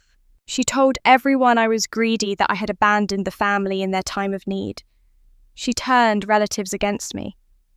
She told her own children, including you, that Aunt Ruth was a bad person who couldn't be trusted." "I don't remember you," I admitted. "I remember hearing your name, but I don't have any real memories of you. You were young when they cut me out, maybe 5 or 6 years old. We used to spend holidays together before that. I remember you, Hayley. You were such a sweet child, always trying to help, always wanting everyone to be happy. I saw myself in you even then." Her words hit something deep inside me, a recognition that made my eyes sting. "Why are you calling me now, after all these years?" "Because I've been watching what's happening," she said. "I still have a few connections in the family, people who tell me things. I know about Christmas. I know about what Madison said and how they treated you. And I know you stopped paying their bills." "News travels fast," I said quietly. "It does when people are panicking. Patricia has been calling everyone she knows looking for money, playing the victim. She told a cousin of ours that her ungrateful daughter abandoned her, the same story she told about me 15 years ago." Ruth paused. "I know you must be hurting. I know how confusing it is to realize that the people who were supposed to love you have been using you all along. But I need to tell you something, and it's going to make things worse before they get better." I tightened my grip on the phone. "What is it? That second mortgage on your parents' house, the $80,000. Do you know who actually signed for it?" "I assumed it was my father," I said. "He was talking about investments around that time. I thought maybe he lost the money in the stock market." "Your father co-signed as a guarantor," Ruth corrected me. "He was pressured into it, manipulated. But he wasn't the one who opened the loan. The person who applied for it, who took out $80,000 against your parents' home, was Madison." The floor seemed to shift beneath my feet. Madison, not my father. Madison had taken out the loan. That's not possible, I said, though even as I spoke, I knew it made a terrible kind of sense. Madison's panic when I asked about the mortgage, her evasiveness, her refusal to answer simple questions. It's not only possible, it's documented, Ruth said. I have connections who helped me get copies of the paperwork. Madison applied for that loan using the house as collateral. Your father signed as guarantor because she convinced him it was the only way to save the family from some crisis. He didn't understand what he was signing. He trusted her. Where did the money go? I asked, my voice barely above a whisper. I don't know all the details yet, but I suspect it went to that boyfriend of hers, Mark. I've heard things about him that concern me. But Hayley, the mortgage isn't the worst of it. My stomach dropped. What do you mean? I have some documents I need to send you. Things I've gathered over the past few months as I watched this situation unfold. But what I'm about to show you is worse than the mortgage. Much worse. I need you to prepare yourself. Just tell me, I said. I can't explain it over the phone. You need to see it for yourself. I'm going to email you a scanned file right now. Open it and then call me back. She hung up before I could respond. I stood there for a long moment, phone still pressed to my ear, heart pounding in my chest. Then I walked to my computer, opened my email and waited. The message from Ruth arrived 2 minutes later. A single attachment. No subject line, no text in the body of the email. Just a file. I opened it. The document was a credit application. The account holder's name was at the top of the page, clear and unmistakable. My name, Hayley Chapman. My social security number. My date of birth. An address I had never lived at. And at the bottom, a signature. My name written in handwriting that was close to mine but not quite right. Loops in the wrong places. Letters slanted differently than I write them. Someone had opened a credit account in my name. Someone had forged my signature. Aunt Ruth sent me a scanned file. When I opened it, I saw my name on a credit account I had never opened, and a signature that wasn't mine. I stared at the screen, my mind struggling to process what I was seeing. The credit application had my name, my social security number, my date of birth. But the signature at the bottom was wrong. The handwriting was similar enough that a casual glance might not catch the difference, but I knew my own signature. I had written it thousands of times. This wasn't mine. I called Ruth back immediately. She answered on the first ring, as if she had been waiting with the phone in her hand. You saw it? She said. It wasn't a question. Someone opened an account in my name. Someone forged my signature. That's just the first document, Ruth said quietly. There are more.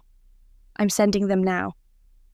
Over the next few minutes, my inbox filled with scanned files. Each one was worse than the last. A credit card opened when I was 22 years old, just after I graduated from college. The application listed an address I had never lived at the same address as my parents' house. The signature was that same forgery close, but not quite right. A personal loan for $15,000 from 8 years ago. Same pattern. My name, my social security number, my date of birth. But the address was my parents' house and the signature was fake. The loan had been approved and dispersed to an account I didn't recognise. And finally, the second mortgage. The $80,000 loan that was now threatening my parents' home. There was my social security number on the application. There was my information used as part of the financial profile. The funds had been transferred to an account that wasn't mine, and an account I had never seen before. I counted the total. The credit card had accumulated over $20,000 in charges and interest over the years. The personal loan was $15,000. The second mortgage was $80,000.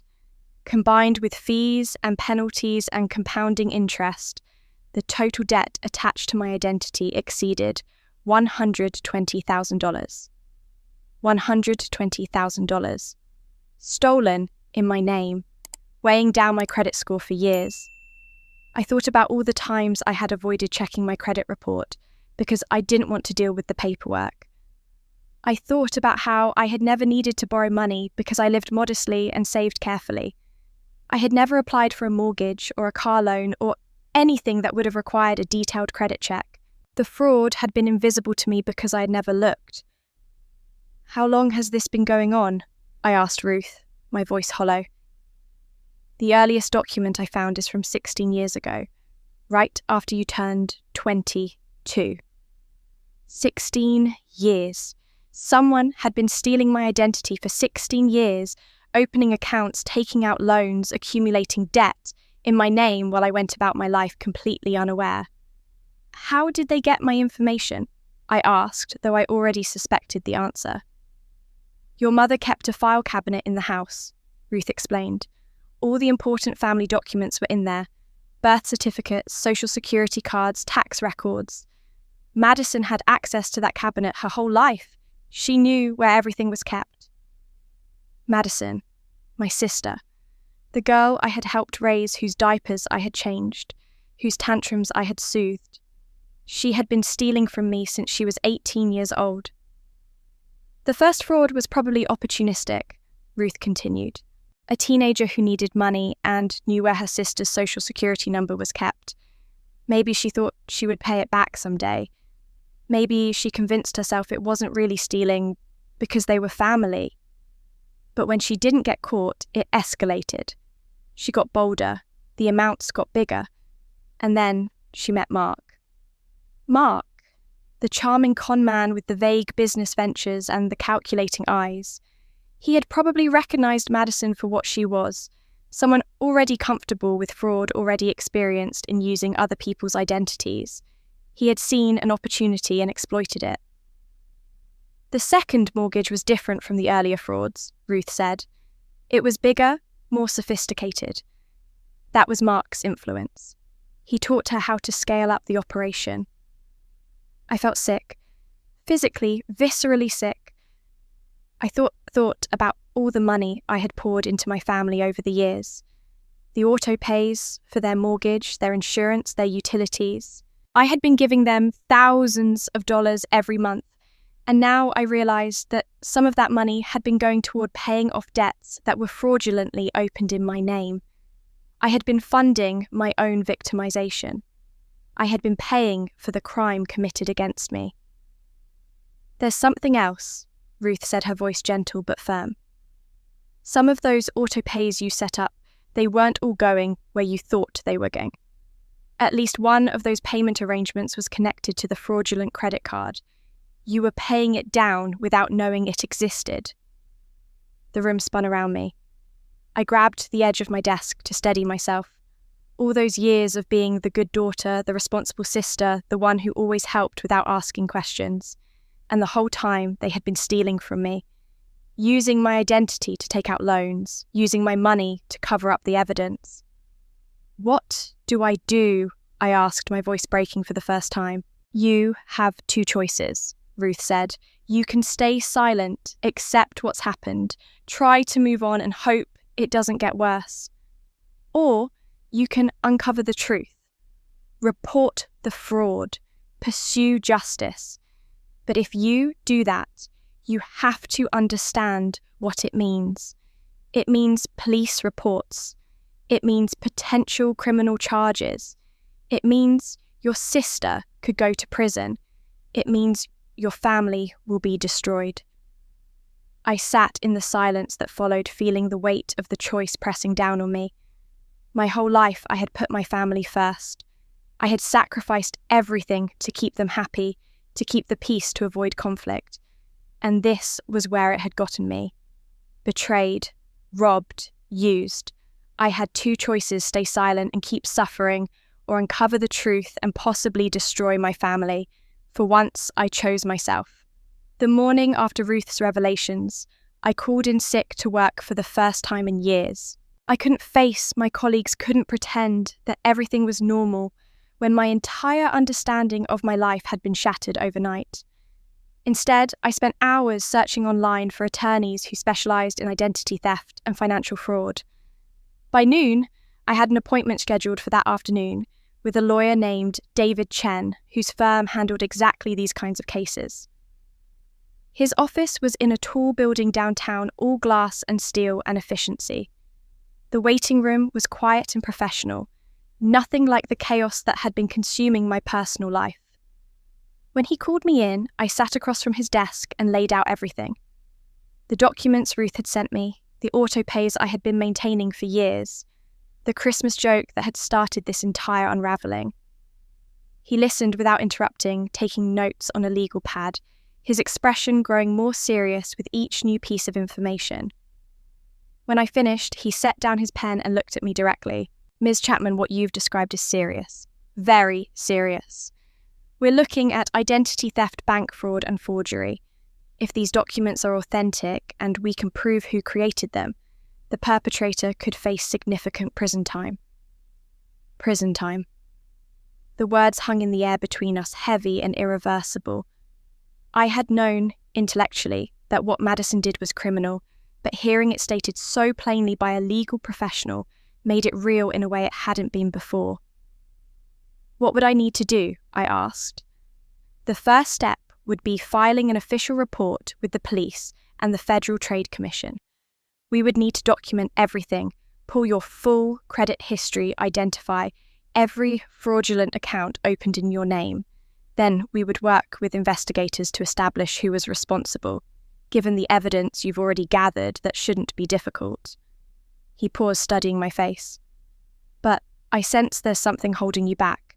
Biased. I looked down at my hands clasped tightly in my lap.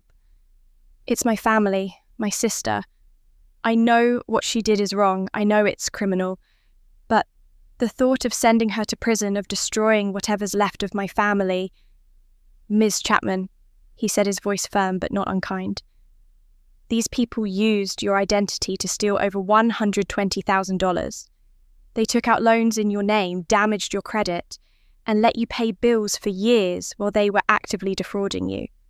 That's not how family treats family. What they did to you is a crime, regardless of the blood relationship. I knew he was right. Everything he said was true. But 38 years of conditioning doesn't disappear overnight. The part of me that had been trained to protect my family, to keep the peace, to sacrifice my own well-being for their comfort, that part was screaming at me to walk away, to let it go, to find some way to handle this that didn't involve police and courts and prison sentences. I need time, I said finally. I want to gather more information before I take any official action. I need to understand the full scope of what's happened. He nodded slowly.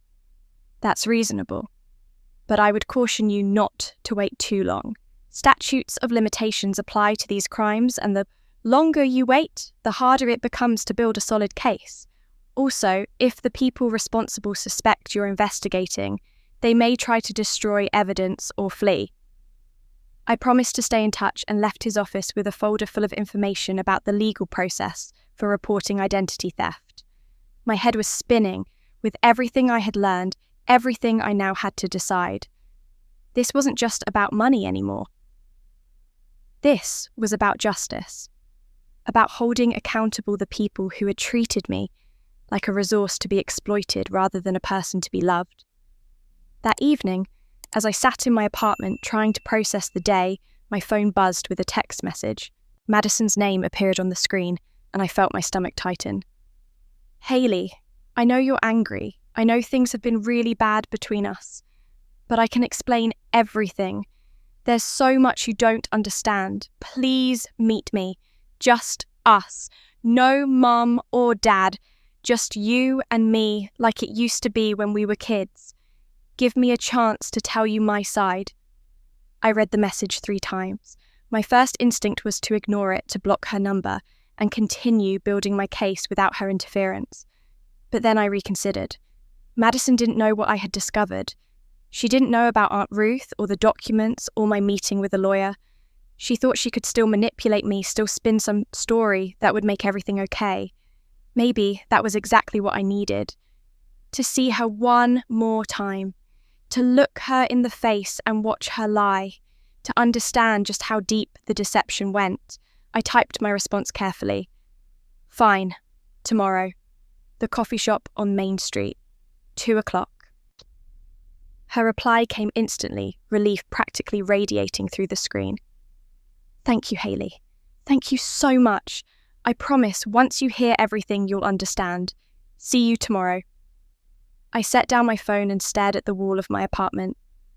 Tomorrow, I would sit across from my sister and listen to whatever story she had prepared. I would watch her perform innocence and victimhood. I would give her every opportunity to tell the truth. I agreed to meet Madison, not to reconcile, but to see just how far my sister would go to lie to my face. The coffee shop on Main Street was quiet when I arrived, the afternoon lull between lunch and evening settling over the small tables and worn armchairs. I chose a seat near the window where I could watch the door and ordered a tea I didn't plan to drink. My hands were steady, my mind clear. I had spent the previous night preparing myself for this meeting, reminding myself that I was here to observe, not to be swayed. Madison arrived 10 minutes late, rushing through the door with her coat half buttoned and her hair slightly dishevelled. She spotted me immediately and hurried over, her face already crumpling into an expression of distress. Hayley, thank you so much for meeting me. You have no idea how much this means. She slid into the chair across from me, and before I could say anything, the tears started flowing. I've been such a mess. Everything is falling apart. I don't know what to do anymore. I watched her cry, noting how perfectly the tears fell, how her voice trembled at just the right moments. Madison had always been good at performing emotion. I used to believe those tears. I used to comfort her, apologize, do whatever was necessary to make them stop. Not anymore. You said you wanted to explain, I said evenly. So explain. She dabbed at her eyes with a napkin, taking a moment to compose herself.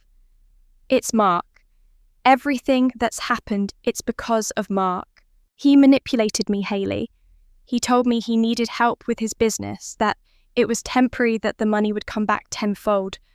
I didn't know what I was signing. I trusted him and he used me.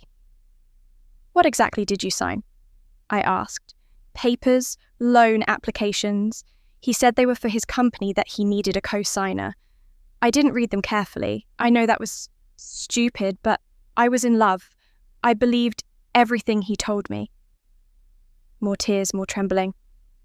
By the time I realised what was happening, it was too late. He had taken everything and left me holding the bag. Her performance was impressive. The shaking voice, the frequent eye contact designed to seem sincere. The way she positioned herself as a victim rather than a perpetrator. If I hadn't seen the documents, if I didn't know the timeline, I might have believed her.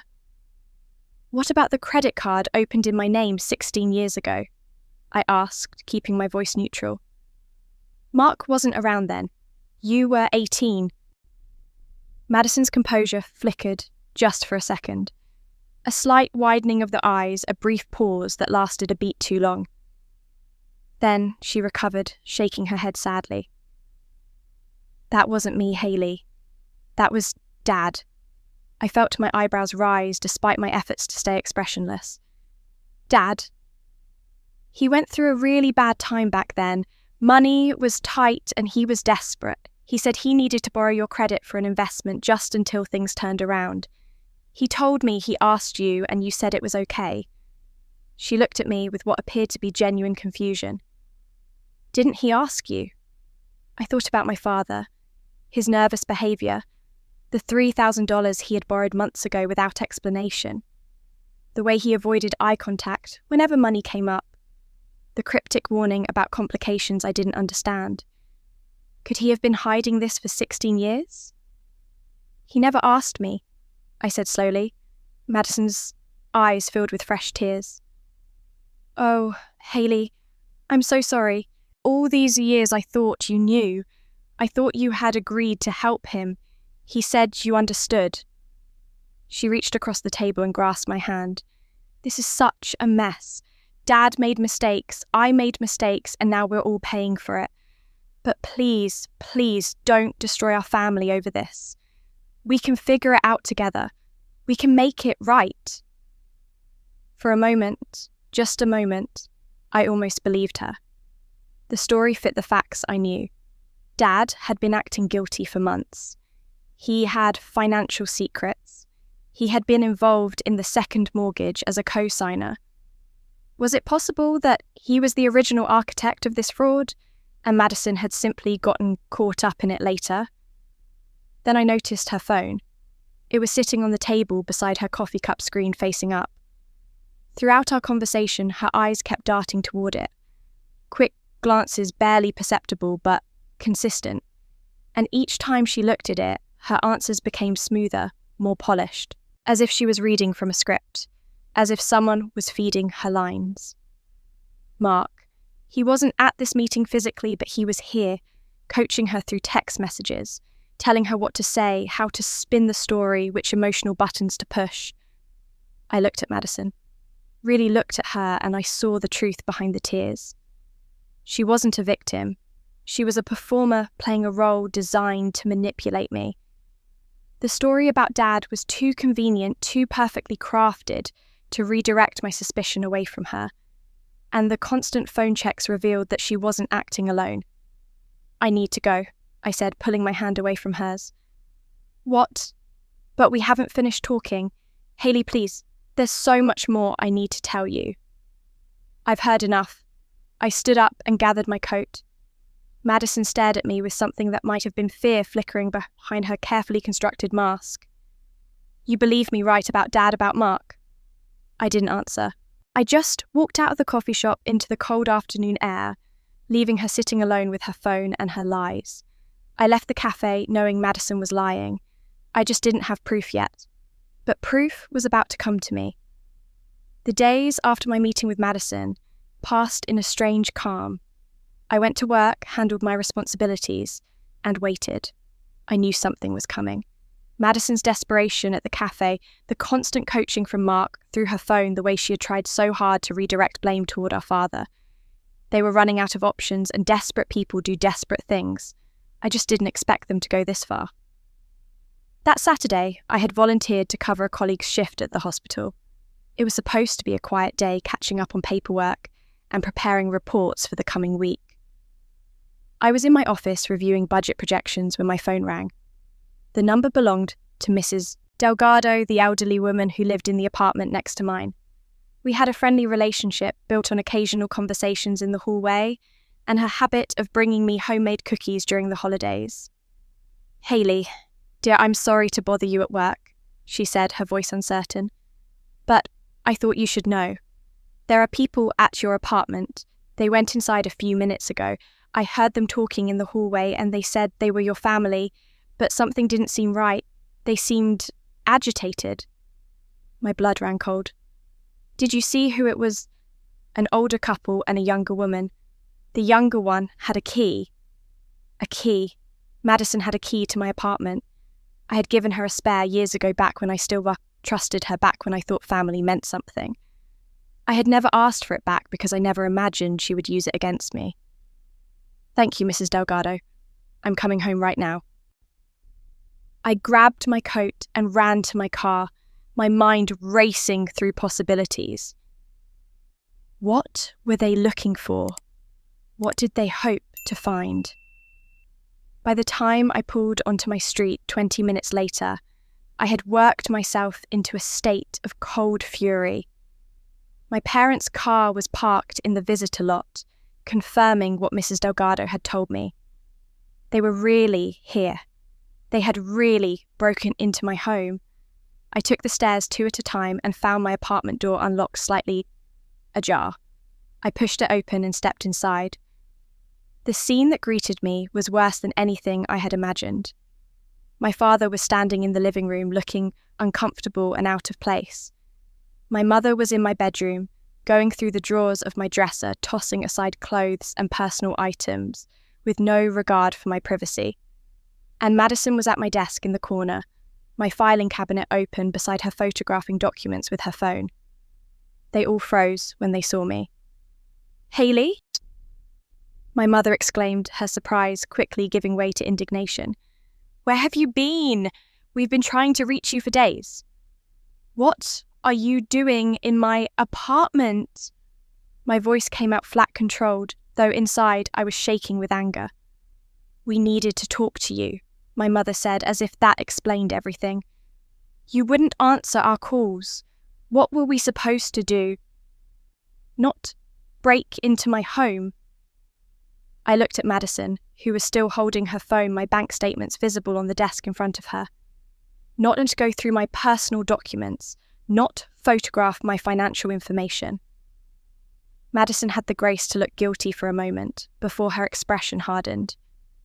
We need to know where we stand, Hayley. You've cut us off and we have a right to know how much you have, how much you've been hoarding while we struggle. Hoarding, the word came out as a bitter laugh.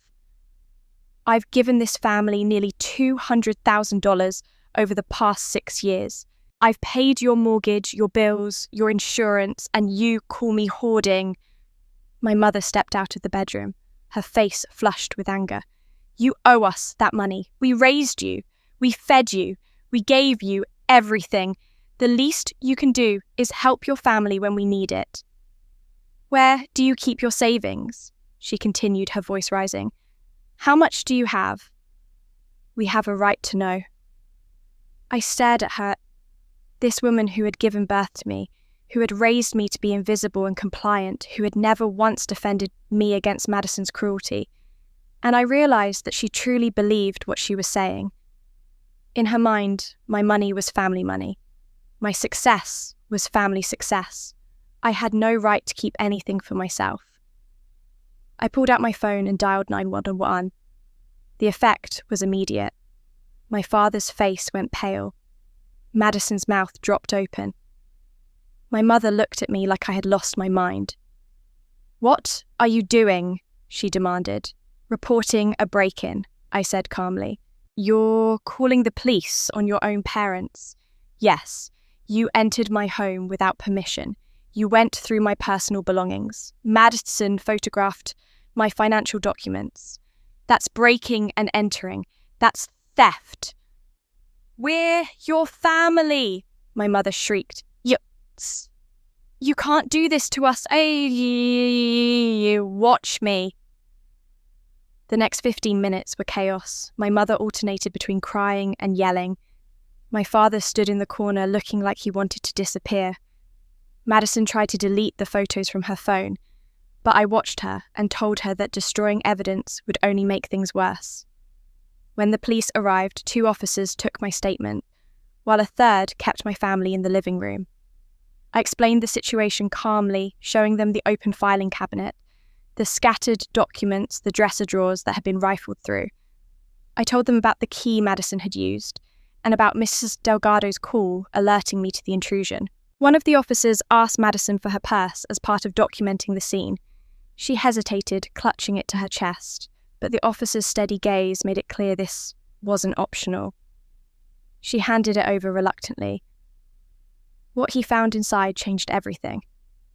There was a stack of letters in Madison's purse, debt collection notices, final warnings, account statements, all of them addressed to me, Hayley Chapman, at addresses I had never lived at, apartments in other parts of the city, a house in a neighbouring town, places where Madison had apparently been receiving mail in my name for years. The officer looked at the letters, then at Madison, then at me. Mum, do you recognise these addresses? No, I said. I've never lived at any of those places. He turned to Madison. Can you explain why you have mail addressed to your sister at addresses she says she's never lived at? Madison's face went white. For the first time since I had known her, she had nothing to say. No tears, no excuses, no elaborate stories, just silence. The police took the letters as evidence, photographing each one and placing them in clear plastic bags. As they worked, I looked at the documents more closely. Most of them were standard debt collection, notices, demands for payment on accounts I had never opened. But one of them caught my attention. It was a form letter from a credit card company acknowledging a change of address request. At the bottom was a signature authorising the change. The name written there was mine, Haley Chapman. But the handwriting was wrong. The loops were different. The slant was off. I recognized it immediately. It wasn't my handwriting. It wasn't my father's handwriting either. The police took the letters as evidence. One of them had a signature I recognized immediately. Not Dad's handwriting, Madison's. 2 weeks after the police opened the case, the investigation had grown far beyond what I initially expected. What started as a report about a break-in had expanded into a full-scale fraud investigation, involving multiple agencies and forensic specialists.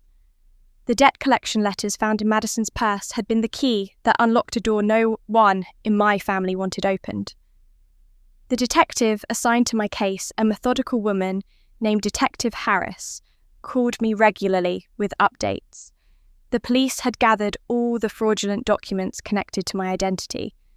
Credit applications, loan agreements, change of address forms, account statements. Each one was being examined by forensic handwriting analysts to determine who had signed them. The results came back conclusive. Multiple signature samples across 16 years of documents matched each other perfectly. The handwriting was consistent, the letter formations identical, the pressure points and slant angles all pointing to a single person.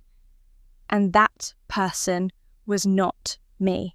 The analysts compared the fraudulent signatures against known samples of Madison's handwriting documents she had signed legitimately over the years.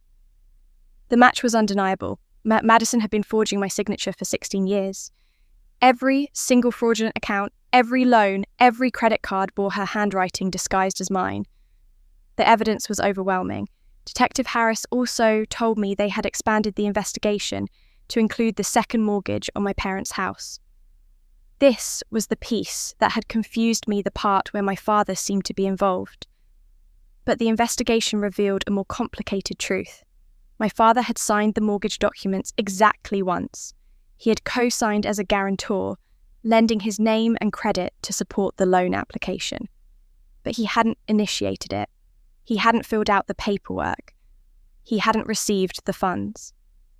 According to the records, Madison had come to him 3 years ago with a story about a family financial emergency. She told him that I had agreed to help, that I was part of the plan, that my signature was already on the primary application.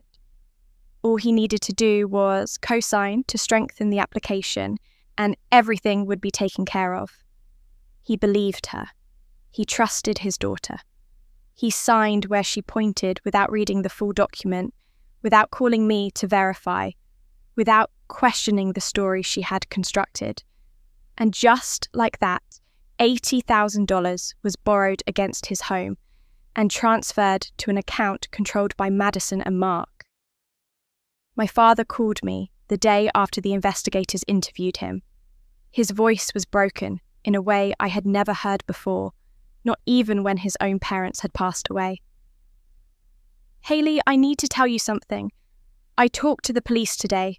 They showed me the documents. They explained what Madison did." He paused, and I could hear him struggling to compose himself. "I didn't know. I swear to you, I didn't know. She told me you agreed. She said it was your idea, that you were helping the family, that I just needed to add my name to make it official. I was so stupid. I should have called you. I should have asked questions. I just trusted her." I listened in silence as he continued his words, tumbling out in a rush of guilt and regret. "All those years, the credit card, when you were 22, I didn't know about any of it. She told me at the cafe that I was responsible, didn't she? She blamed me to your face. My own daughter blaming me for crimes she committed." His voice cracked. "I'm so sorry, Haley. I'm so sorry I wasn't a better father. I'm sorry I never protected you. I'm sorry I let this happen." For the first time since this nightmare began, I felt something other than anger toward my father. Not forgiveness, not yet, but something close to understanding. He had been manipulated just like I had used by Madison for her own purposes. He was a weak man, a man who avoided conflict and refused to ask hard questions. But he wasn't a criminal. He was just another one of her victims. "I know, Dad," I said quietly. "I know you didn't know." the investigation uncovered something else that explained a great deal. Mark, the charming entrepreneur with the vague business ventures, had a history. Detective Harris told me they had run his name through multiple databases and found a prior conviction for fraud in another state. He had served time several years ago for running a scheme that bilked elderly investors out of their retirement savings. After his release, he had moved to our area and reinvented himself, hiding his past behind expensive clothes and confident smiles. He had recognized Madison for what she was, someone already comfortable with deception, already experienced in using other people's identities. He had cultivated her, encouraged her, helped her scale up her operations from small credit cards to large mortgages. The second mortgage, the $80,000 that had been his idea, he was the one who knew how to navigate the system, how to avoid detection, how to move money through accounts in ways that were hard to trace. But Mark was also smart enough to know when the game was over. As soon as he learned that police were involved, he disappeared. He packed his things, emptied whatever accounts he controlled, and fled the state. Detective Harris told me they had put out alerts to other law enforcement agencies and that he would eventually be found, but for now, he was gone. Madison was not so lucky. She couldn't run. She was too entangled in our family, too visible in the community, too connected to the evidence trail. The police summoned her to the station for formal questioning. She would have to sit across from investigators and explain the documents that bore her handwriting, the accounts that traced back to her, the letters found in her purse addressed to her sister, at addresses her sister had never lived at. The walls were closing in on Madison and she knew it. I learned later what happened in the days before her scheduled interview. She became erratic, calling family members and friends, trying to spin the story in her favour. She told anyone who would listen that I was the one who had done something wrong, that I was framing her, that she was the victim of a misunderstanding. Most people didn't believe her. The evidence was too clear, the investigation too thorough. But Madison wasn't ready to give up. She had one card left to play, one weapon she could still use against me. If she was going down, she was determined to take me with her. Before her police interview, Madison made one last, desperate move. She decided to destroy me publicly. The attack came without warning on a Wednesday evening. I was at home trying to decompress after another long day at work when my phone started buzzing with notifications. First one, then another, then a flood of them that wouldn't stop. Messages from relatives I hadn't spoken to in years. Comments on social media posts I hadn't seen. Texts from colleagues asking if I was okay. Something had happened. Something bad. I opened Facebook and found it immediately. Madison had written a post that was already being shared across our extended family's networks. It was long, emotional, and devastating. I need to tell my truth, the post began. For years, I've stayed silent while my sister Hayley controlled our family with money. She pretended to be the generous one, the responsible one, but what she really did was hold financial support over our heads, so we'd have to beg for help. Every gift came with strings attached. Every payment was a reminder that we owed her. She bullied me my entire childhood, made me feel worthless, told me I'd never amount to anything. And now that I finally found happiness with the man I love, she's trying to destroy me. The post went on for paragraphs, painting a picture of me I barely recognized. According to Madison, I was a cold, calculating abuser who had manipulated our parents into depending on me so I could feel powerful. She claimed I had sabotaged her job opportunities, ruined her relationships, and deliberately kept her financially dependent so I could control her. She wrote that the police investigation was based on lies, that I had planted evidence to frame her, that I was jealous of her relationship with Mark and wanted to send her to prison out of spite. My sister isn't the victim, she wrote. She's the controller. She held money over all of us, so we'd have to beg. Now, she's trying to destroy me because I finally found happiness. Please don't believe her lies. I'm the one who needs help. I'm the one who's being persecuted. The comments section was a nightmare.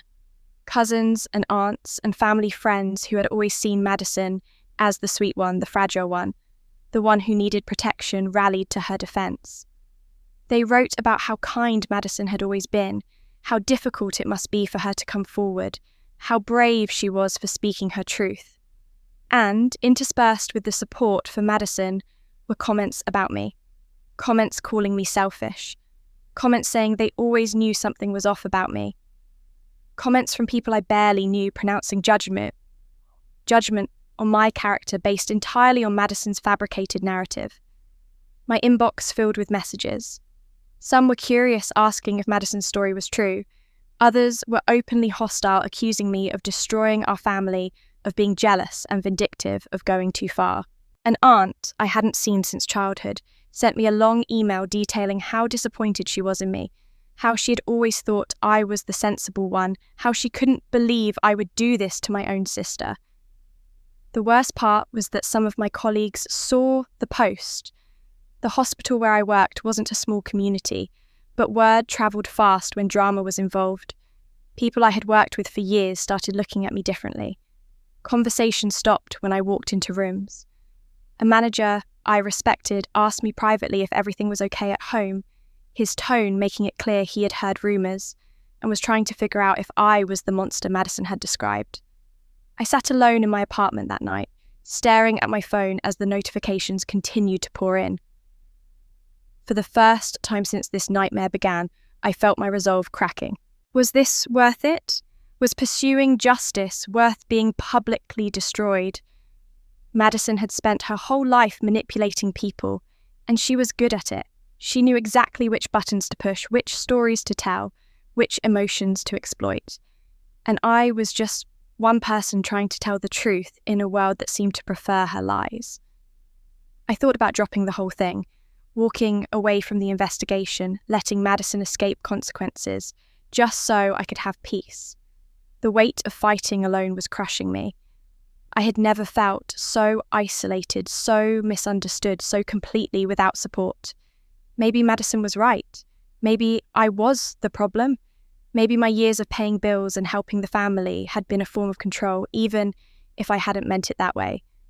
Maybe I had been fooling myself into thinking I was the good one, when really I was just as broken as the rest of them. The doubt spiraled through my mind all night. I barely slept, tossing and turning, watching the ceiling and wondering if I had made a terrible mistake by standing up for myself.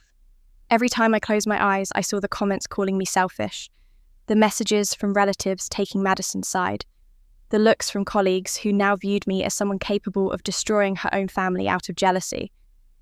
By morning, I was exhausted and hollow. My phone had finally stopped buzzing, the initial frenzy dying down as people moved on to other dramas. But the damage was done. Madison had poisoned the well. Whatever happened with the police investigation, whatever the evidence showed, there would always be people who believed I was the villain. I made coffee and sat at my kitchen table, staring out the window at the grey morning sky. I felt utterly alone. My family had turned against me. Relatives believed Madison's lies. Even my colleagues looked at me with suspicion. I had no one. Then my phone rang. I almost didn't answer. I was so tired of dealing with angry messages and accusatory questions. But something made me pick it up anyway. The voice on the other end was familiar but unexpected. It belonged to Mrs. Thompson, the elderly neighbour from my childhood. The woman who had given me cookies and told me I would be someone special someday. The woman who had seen through my family's dysfunction when no one else had. "Hayley," she said, her voice steady and strong despite her age. "I saw what your sister wrote. I saw the lies she's telling, and I'm not going to let her get away with it." But the next morning, my phone rang. Someone I never expected was ready to speak the truth. Nearly a month of tension had passed since Madison's Facebook attack. For weeks, I had lived in a fog of isolation and self-doubt, going through the motions at work, while my personal life felt like it was crumbling around me. The investigation continued in the background, but the public narrative still belonged to Madison, until Mrs. Thompson changed everything.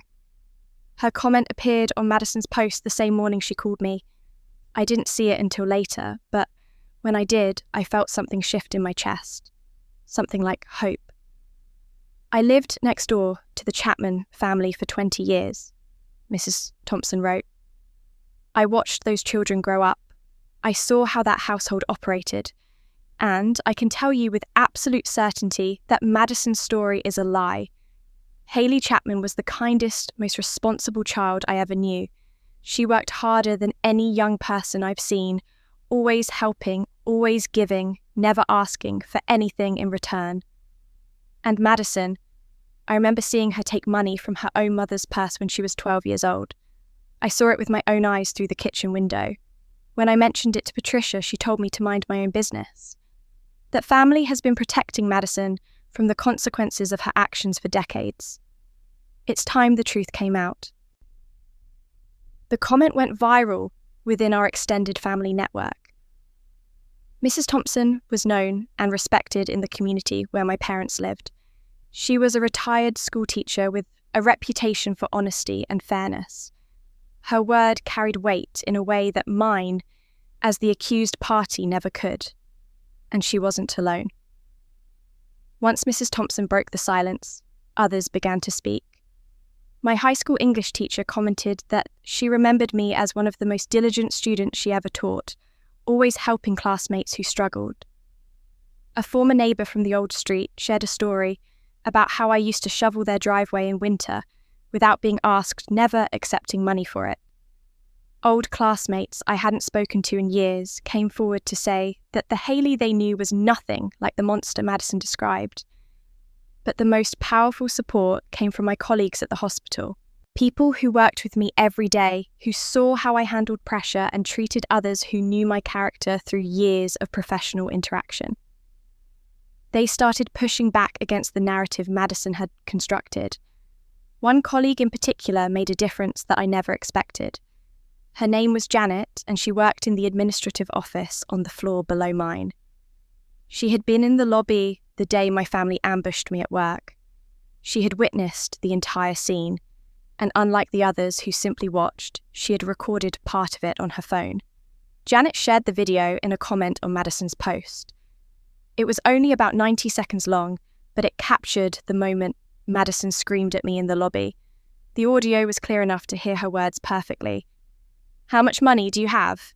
You have to tell me." Madison's voice rang out shrill and demanding. "We need to know where we stand. You owe us." The video also captured my calm response asking security to escort them out, and my mother's theatrical crying as she called me ungrateful.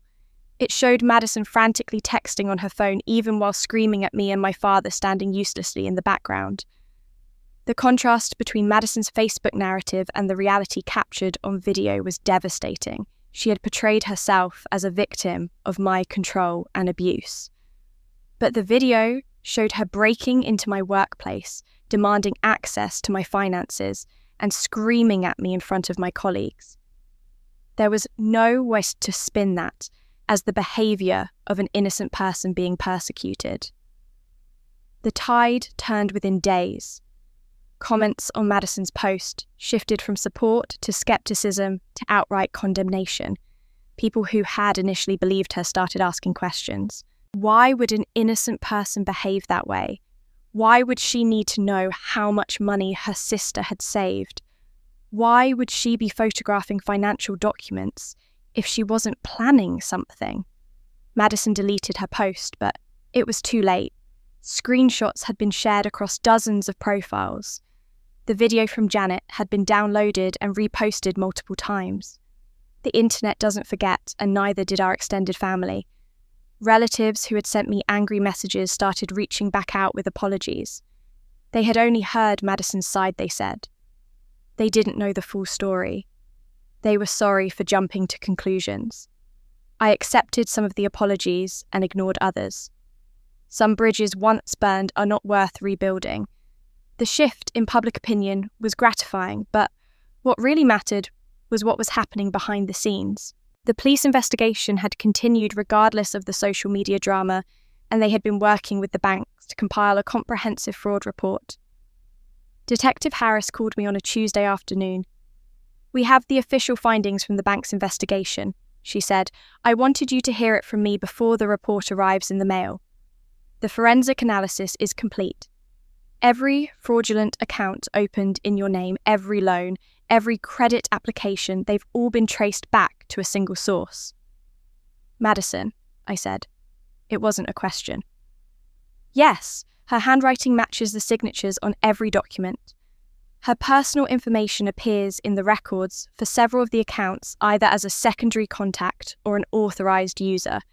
And the addresses where mail was redirected, 2 of them are apartments she rented under her own name at various points over the past decade. She wasn't even careful about hiding her tracks." I sat down heavily, the weight of confirmation settling over me. I had known it was Madison. I had seen the evidence with my own eyes. But hearing it officially, knowing that the investigation had reached the same conclusion, through rigorous analysis, that was something different. That was validation. "What happens now?" I asked. "The report will be used as evidence in the criminal case. Madison has already been interviewed, and based on her statements and the physical evidence, the prosecutor is moving forward with charges. This is real Haley. She's going to face consequences." 2 days later, the bank's report arrived in the mail. I sat at my kitchen table and read through every page, every finding, every conclusion.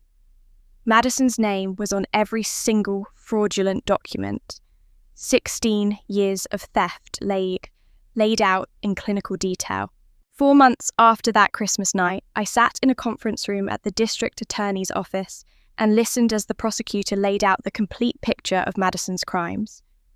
The bank's final fraud report had been compiled into a thick document that detailed every fraudulent account, every forged signature, every dollar stolen in my name. The evidence was overwhelming. Forensic handwriting analysts had compared the signatures on all the fraudulent documents against known samples of Madison's handwriting. The match rate was over 98%. There was no reasonable doubt about who had signed those applications. Additionally, investigators had traced the IP addresses used to access the online accounts associated with the fraud. Every single one traced back to devices registered to Madison or to locations where she had lived over the past 16 years. The second mortgage was the most damaging piece. The $80,000 borrowed against my parents' house had been transferred within days of approval to a bank account that investigators linked to Mark. From there, the money had been moved through a series of transactions designed to obscure its origins. Some of it went to pay off gambling debts Mark had accumulated. Some of it funded what he called business investments that never materialized. And some of it simply disappeared into cash withdrawals that couldn't be traced. Mark himself had become the subject of a federal investigation. His prior fraud conviction in another state made him a person of particular interest to federal authorities, who were now looking into whether his activity crossed state lines in ways that elevated his crimes to federal offences. A warrant had been issued for his arrest, and law enforcement agencies across the country had been alerted to watch for him. 3 weeks after the warrant was issued, Mark was arrested at a motel in Arizona. He had been living under a false name, working odd jobs for cash, trying to stay off the grid. But he made the mistake of using a credit card he thought was untraceable to pay for gas, and that transaction flagged in a database being monitored by federal agents. They picked him up the next morning, and he was extradited back to face charges in our state. With Mark in custody and the evidence against her mounting, Madison's options had run out. Her lawyer advised her that going to trial would be catastrophic. The evidence was too strong, the documentation too complete, the witnesses too credible. A jury would convict her in hours, and she would face the maximum sentence for every charge. Madison chose to confess. I wasn't present for the formal confession, but Detective Harris told me what happened. Madison admitted to everything. She admitted that she first stole my social security number from our mother's files when she was 18 years old, just weeks after I left for college. She said she needed money and thought she could just borrow my credit for a little while. She opened a credit card, made some purchases, and planned to pay it off before anyone noticed. But she didn't pay it off. And when no one caught her, she did it again. And again. Each time the amounts grew larger, the schemes more elaborate. She opened new accounts, took out personal loans, redirected mail to addresses I would never see. She became comfortable with the fraud, skilled at it even. It became a way of life. Then she met Mark. He recognized her potential immediately. He taught her how to think bigger, how to manipulate the system more effectively, how to cover her tracks. The second mortgage was his idea, the culmination of years of escalating fraud. $80,000 enough to fund his lifestyle and his failing investments, borrowed against our parents' home using my stolen identity. Madison claimed that Mark had manipulated her, that she was under his control, that she wouldn't have done any of it without his influence. But the timeline didn't support that story. She had been stealing from me for 8 years before Mark ever appeared. He had simply helped her do it on a larger scale. The day before her sentencing hearing, Madison asked to see me. Against my better judgment, I agreed. We met in a small room at the courthouse, supervised by officers, but otherwise private. She looked different than I had ever seen her. Her hair was unwashed, her face bare of makeup, her clothes wrinkled. The polished, confident sister who had announced my exile from the family at Christmas dinner was gone. In her place was someone desperate and afraid. "Hayley," she said as soon as I sat down. I'm so sorry. I'm so sorry for everything. I know I can't undo what I did, but please, you have to understand. Mark manipulated me. He made me think it was okay. He said you had so much money, you'd never notice. He said it wasn't really hurting anyone." I listened without responding. She continued, her voice rising with desperation. "I'm going to prison, Hayley. Do you understand that they're going to send me to prison? I'm your sister. We grew up together. Whatever happened between us, whatever mistakes I made, doesn't that count for something? Can't you talk to the prosecutor? Tell them to be lenient. Tell them I've learned my lesson." She reached across the table, tears streaming down her face. "Please, I'm begging you. Don't let them destroy my life. I'll pay you back. I'll do whatever it takes. Just please, please forgive me." I looked at my sister, at this woman who had stolen my identity, damaged my credit, used my money to pay off debts I didn't know existed, and then tried to destroy my reputation when she got caught. I looked at her tears and her trembling hands and her desperate pleas, and I saw clearly what I hadn't been able to see for 38 years. Madison wasn't sorry for what she did to me. She wasn't sorry for the years of theft, the forged signatures, the lies. She was sorry she got caught. She was sorry there were consequences. She was sorry that her comfortable life of taking from others was coming to an end. Her tears weren't for me. They were for herself. Madison asked for my forgiveness.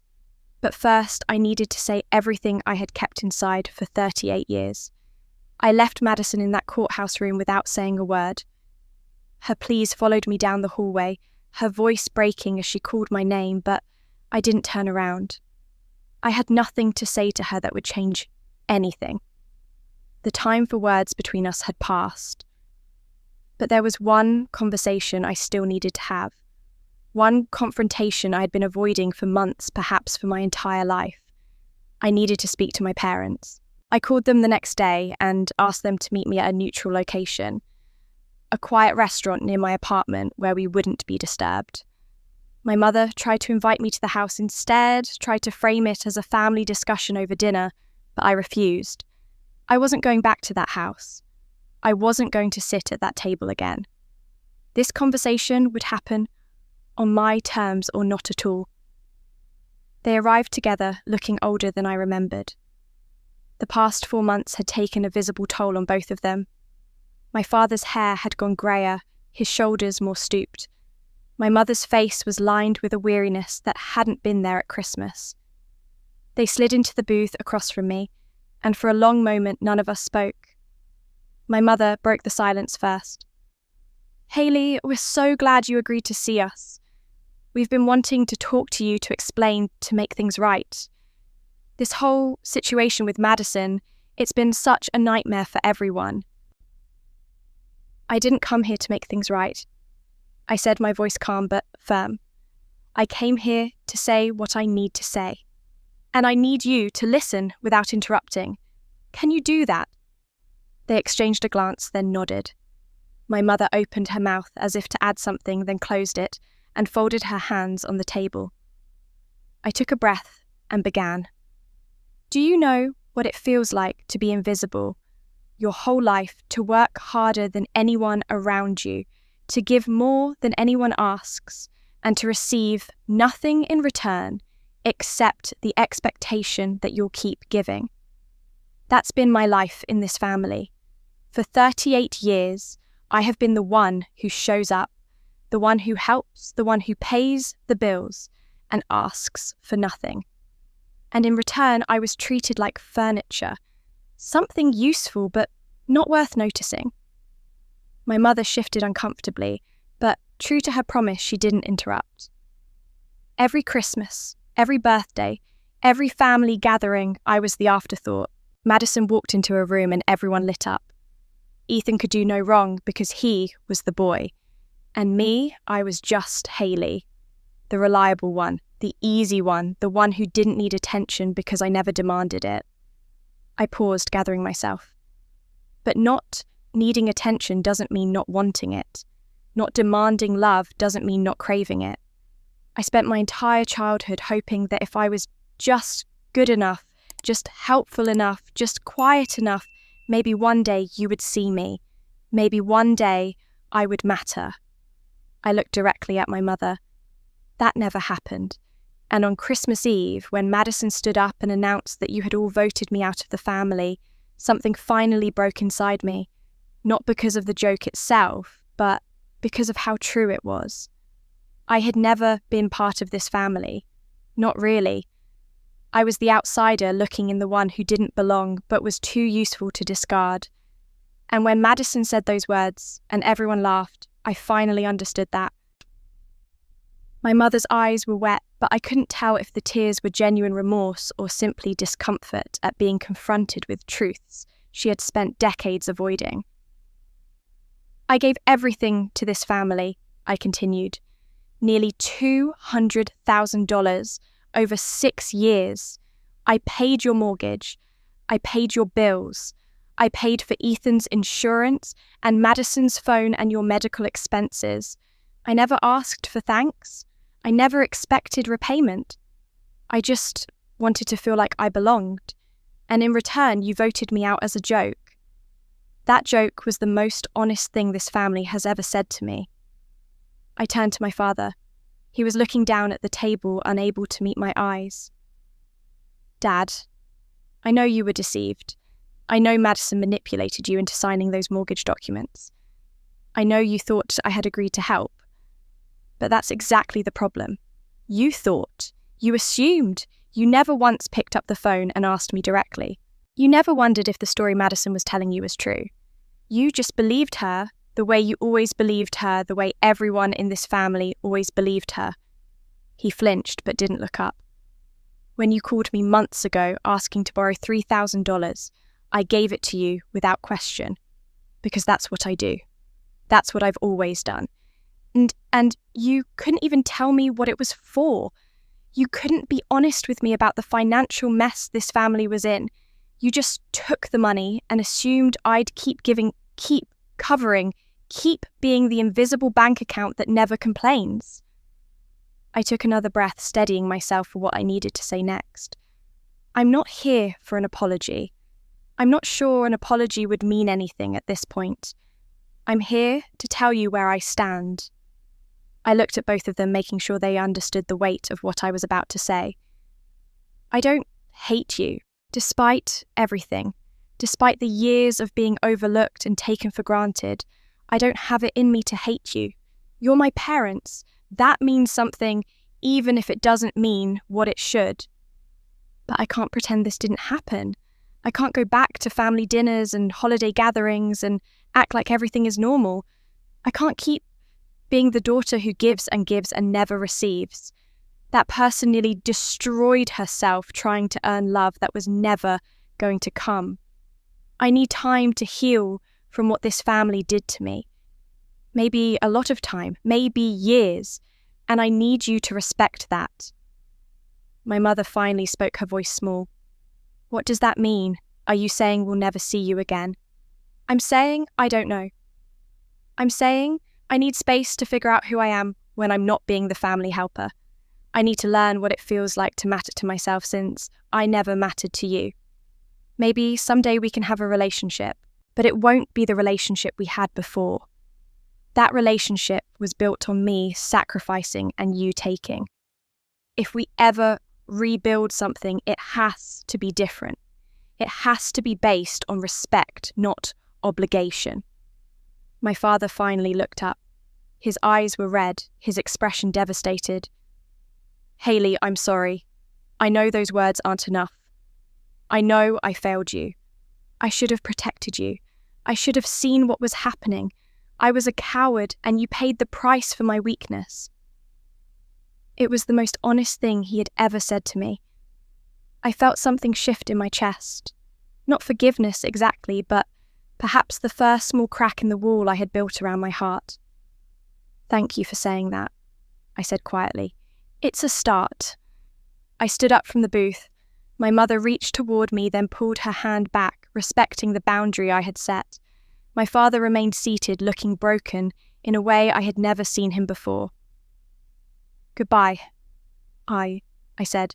"Take care of yourselves, and take care of each other. You're going to need to learn how to do that without me." I stood up and walked away. I didn't look back. The next time I would see any of them would be in a courtroom. 6 months after that fateful Christmas, I walked into the county courthouse for Madison's sentencing hearing. The building was imposing, all marble floors and high ceilings, designed to remind everyone who entered that this was a place of serious consequence. I had been here several times during the pre-trial process, but this day felt different. This was the day everything would be decided. The courtroom was smaller than I expected, wood-panelled walls and rows of benches like church pews. I took a seat near the front on the side reserved for victims and their supporters. Aunt Ruth sat beside me, her presence a comfort I hadn't known I needed. She had been my anchor through these months, the one person who understood what I was going through, because she had lived her own version of it. My parents were there too, seated several rows back on the opposite side of the aisle. I felt their eyes on me when I walked in, but I didn't acknowledge them. We hadn't spoken since our conversation at the restaurant. They had respected my request for space, and I was grateful for that, even if I wasn't ready to tell them so. Madison was brought in through a side door escorted by a bailiff. She was dressed in a simple blouse and slacks, her lawyer's attempt to make her look respectable and remorseful. But I knew my sister. I could see the tension in her jaw, the way her eyes darted around the room, calculating rather than reflecting. This wasn't a woman grappling with the weight of her crimes. This was a woman angry that she had been caught. The judge entered, and everyone rose. He was an older man with a stern face and decades of experience visible in the lines around his eyes. He had seen every kind of criminal pass through his courtroom, and he didn't seem particularly impressed by Madison's carefully constructed appearance of contrition. The prosecutor presented the case first, laying out the evidence in methodical detail. 16 years of identity theft, over $120,000 in fraudulent debt, forged signatures on credit applications, loan documents, and mortgage paperwork, the systematic destruction of her own sister's financial identity for personal gain. The prosecutor spoke without emotion, letting the facts carry their own weight, and the facts were damning. Madison's lawyer tried to paint a different picture. He spoke of a young woman who made mistakes, who fell under the influence of a manipulative boyfriend, who never meant for things to go this far. He asked the court for mercy, for understanding, for the chance at rehabilitation rather than punishment. He presented letters from family friends who spoke of Madison's good character, her potential, her capacity for change. I noticed that none of those letters came from people who actually knew what she had done. When it came time for victim statements, I had the option to speak. I had prepared remarks, words I had written and rewritten over many sleepless nights. But sitting there in that courtroom, looking at Madison's carefully blank expression, I realized I had already said everything I needed to say. To her, to my parents, to myself. I declined to speak and let my written statement stand on its own. The judge took a brief recess to consider the arguments, then returned to deliver his ruling. The courtroom went silent as he began to speak. Madison Chapman, you have pleaded guilty to charges of identity theft, bank, fraud, and forgery. These are serious crimes that cause significant financial and emotional harm to your victim, who happens to be your own sister. The court has considered the arguments for leniency, including your lack of prior criminal record and the influence of your co-defendant. However, the court cannot ignore the duration and deliberate nature of your crimes. This was not a single mistake. This was a pattern of behaviour spanning 16 years. He paused, looking directly at Madison. The court sentences you to 18 months in state prison suspended, contingent on successful completion of 3 years probation. You are ordered to pay restitution in the amount of $95,000 to your victim, Haley Chapman, on a payment schedule to be determined by this court. Additionally, a permanent restraining order is hereby issued prohibiting you from contacting your victim directly or indirectly. Violation of any of these terms will result in immediate incarceration. Madison's lawyer leaned over to whisper something to her. She nodded stiffly, but I could see her hands trembling where they gripped the edge of the defense table. 18 months suspended meant she wouldn't go to prison as long as she followed the rules. But 3 years of probation, $95,000 in restitution, and a restraining order meant her life would never be the same. The judge continued with matters related to Mark, who was being tried in absentia due to his fugitive status. A federal warrant had been issued for his arrest, and authorities had already begun seizing whatever assets they could locate connected to him. When eventually captured and convicted, he faced between 5 and 10 years in federal prison for his role in the fraud scheme. Finally, the judge addressed the matter of the second mortgage. My father had co-signed the loan, and while he wasn't criminally charged, he was civilly liable for the $80,000 borrowed against his home. The bank had already begun foreclosure proceedings. To avoid losing the house entirely, my parents would have to sell a portion of their property, a small parcel of land adjacent to the main house that had been in our family for generations. The proceeds would go towards satisfying the debt my father had unknowingly guaranteed when he trusted his daughter's lies. After the hearing concluded, I met with the prosecutor and Detective Harris in a small conference room. They walked me through the process for clearing my credit report. All the fraudulent accounts had been flagged and would be removed. My credit score, which had been damaged for years without my knowledge, would be restored. The financial part of this nightmare was officially over. As I gathered my things to leave, I passed through the hallway where Madison was being processed for her probation. Our eyes met for just a moment. I expected to see something in her face, some flicker of remorse or acknowledgement of what she had done to me. Some recognition, though we were sisters, that there had once been something between us worth mourning. But there was nothing. Just resentment. Just anger at being caught, at being punished, at having her comfortable life of taking from others finally come to an end. She didn't mouth an apology. She didn't look away in shame. She just stared at me with cold fury as if I were the one who had wronged her. I held her gaze for a moment, then turned and walked away. There was nothing left to say. Outside the courthouse, the sun was shining for the first time in what felt like weeks. Aunt Ruth was waiting by the steps, and she pulled me into a long hug when I reached her. "It's over," she said softly. "You did it." I nodded against her shoulder, feeling the weight of the past 6 months finally beginning to lift. Justice was served. Madison would face consequences for what she had done. My credit would be restored. The legal system had validated what I had known all along. But as I stood there in the sunlight, I knew the hardest part was still ahead, deciding what kind of future I wanted with what remained of my family. In the weeks after the sentencing, I found myself suspended in a strange kind of stillness. The legal battle was over. The evidence had been presented, the verdict delivered, the consequences assigned. But the emotional work was just beginning.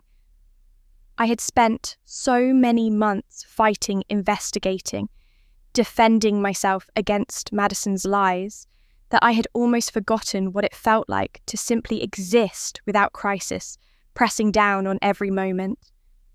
I took time off from work using vacation days I had accumulated over years of never taking breaks. For the first time in my adult life, I had nowhere I needed to be, nothing I needed to do for anyone else. The freedom was disorienting at first. I would wake up in the morning and lie in bed, unsure of who I was, without the constant demands of being the responsible one, the helper, the invisible backbone of a family that had never appreciated me. Aunt Ruth suggested I find a support group. She had attended one herself after her own estrangement from our family, and she said it had helped her understand that what happened wasn't her fault. I was skeptical at first. I had never been someone who shared my problems with the strangers. But the isolation was starting to wear on me, and I needed to talk to people who understood what I had been through. The group met every Thursday evening in the basement of a community centre across town. It was called Survivors of Family Financial Abuse, and the first time I walked through the door, I expected to feel out of place. Instead, I felt an immediate sense of recognition. These women, ranging in age from their 20s to their 70s, had stories that echoed my own in painful detail. Daughters who had been treated as family banks. Sisters who had their identities stolen by siblings. Mothers who had been financially controlled by their own children. The details varied, but the patterns were heartbreakingly similar. One woman, a retired teacher named Dorothy, told a story that could have been mine with different names. Her younger brother had forged her signature on loan documents for decades, draining her retirement savings, while she worked extra jobs to make ends meet. When she finally discovered the truth, her parents sided with her brother because he was the golden child, the one who could do no wrong. She hadn't spoken to any of them in 15 years, and she said it was the best decision she ever made. Listening to these stories, I realized I wasn't alone. What my family had done to me wasn't unique or unusual. It was a pattern, a type of abuse that happened in households everywhere, hidden behind the expectation that family loyalty should override everything else, including self-preservation.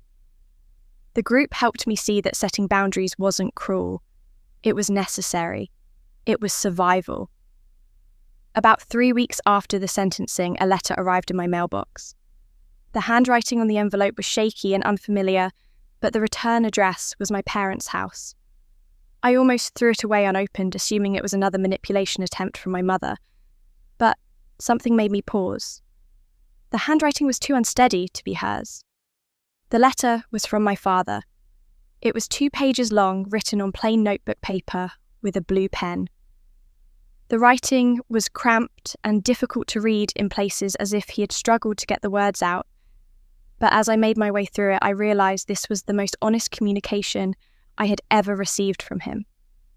He wrote about his failures, not in vague terms, not with excuses or deflections, but with specific acknowledgements of the ways he had let me down.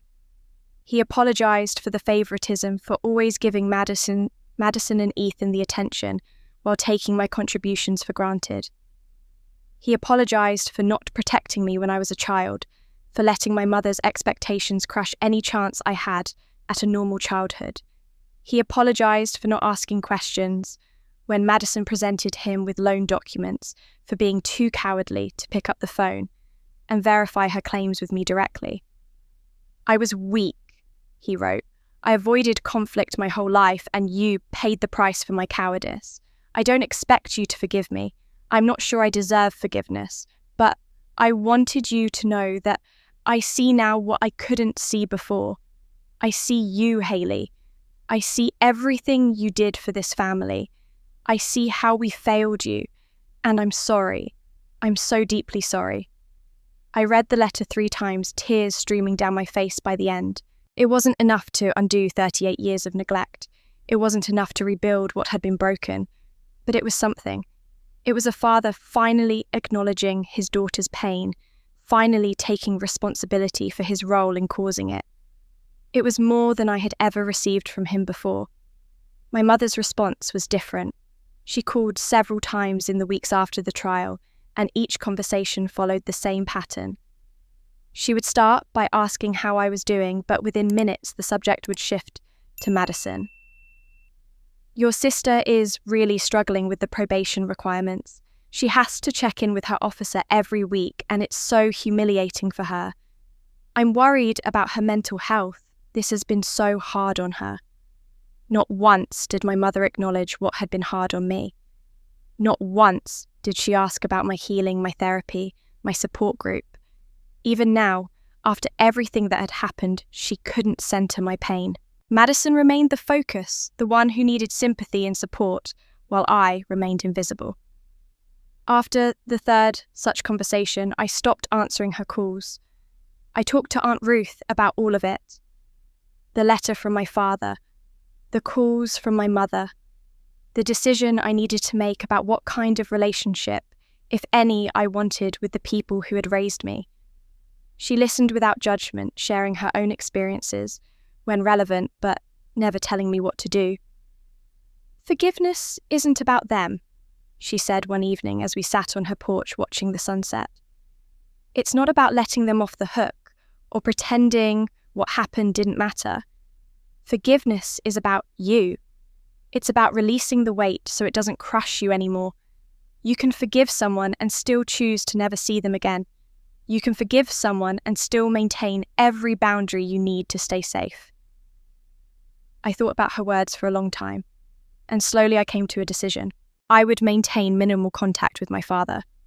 His letter had shown me that he was capable of growth, capable of seeing his mistakes and taking responsibility for them. I wasn't ready to rebuild a full relationship with him, but I was willing to leave the door open. Perhaps with time we could find a new way to know each other. My mother and Ethan were different. My mother's inability to see past Madison even now told me everything I needed to know about her capacity for change. And Ethan had been silent through all of this, never reaching out to apologize, never acknowledging his role in the dysfunction. I would keep my distance from both of them, perhaps permanently. As for Madison, the restraining order made the decision for me. But even without it, I knew there was no path back to her. Some betrayals are too deep to bridge. Some trust once broken can never be restored.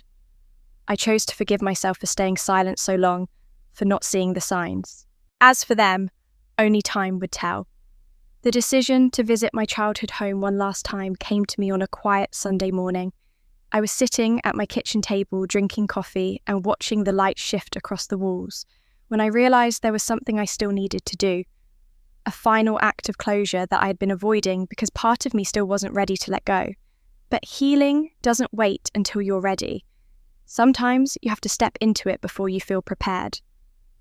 I called my father and told him I wanted to come by, just briefly, just to say goodbye properly. He didn't ask questions, just said he would be there whenever I arrived. His voice was careful, measured, like a man who had learned to stop expecting things from a daughter he had spent decades taking for granted.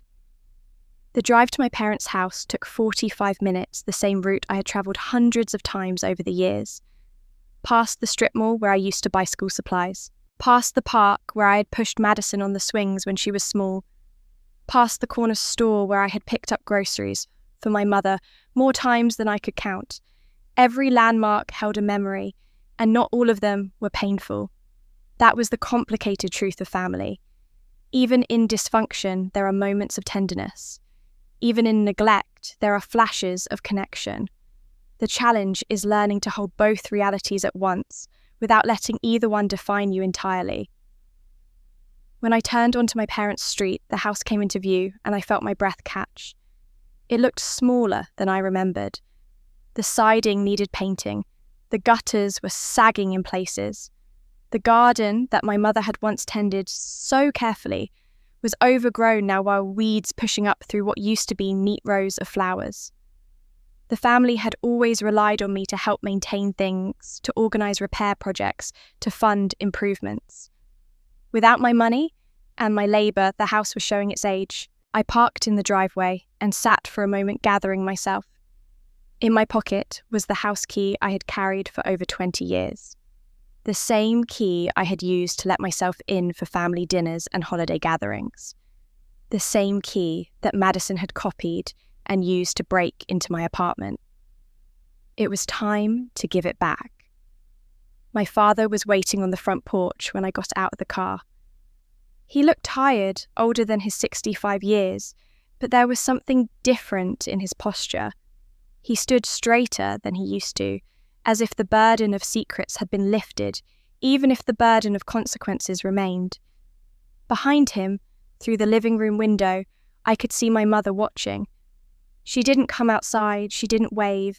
She just stood there, a shadow behind glass, observing from a safe distance. Ethan wasn't there. I had heard through Aunt Ruth that he had moved in with a friend several weeks ago, unable or unwilling to face the reality of what his family had become. I wasn't surprised. My brother had always been the one who benefited from the dysfunction without ever having to confront it. Now that confrontation was unavoidable, he had chosen to run. I walked up the porch steps and stood in front of my father. For a long moment, neither of us spoke. The silence between us was heavy with everything that had happened, everything that had been said and left unsaid, everything that could never be undone. Then I reached into my pocket and pulled out the key. "I'm returning this," I said, holding it out to him. "I have no more financial obligations to this family. The autopays are cancelled, the debts are settled. Whatever happens with the house, with the property, with any of it, that's not my responsibility anymore." He took the key, his fingers brushing against mine. His hand was trembling slightly. "I understand," he said quietly. "If we stay in contact from now on," I continued, "it has to be based on respect. Not money, not obligation.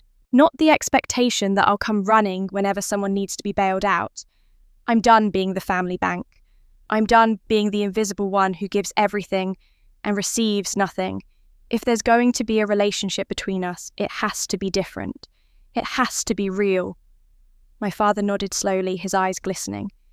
He opened his mouth as if to speak, then closed it again. What was there to say? No words could undo the past. No apology could restore the years I had lost being the unappreciated backbone of a family that never saw me.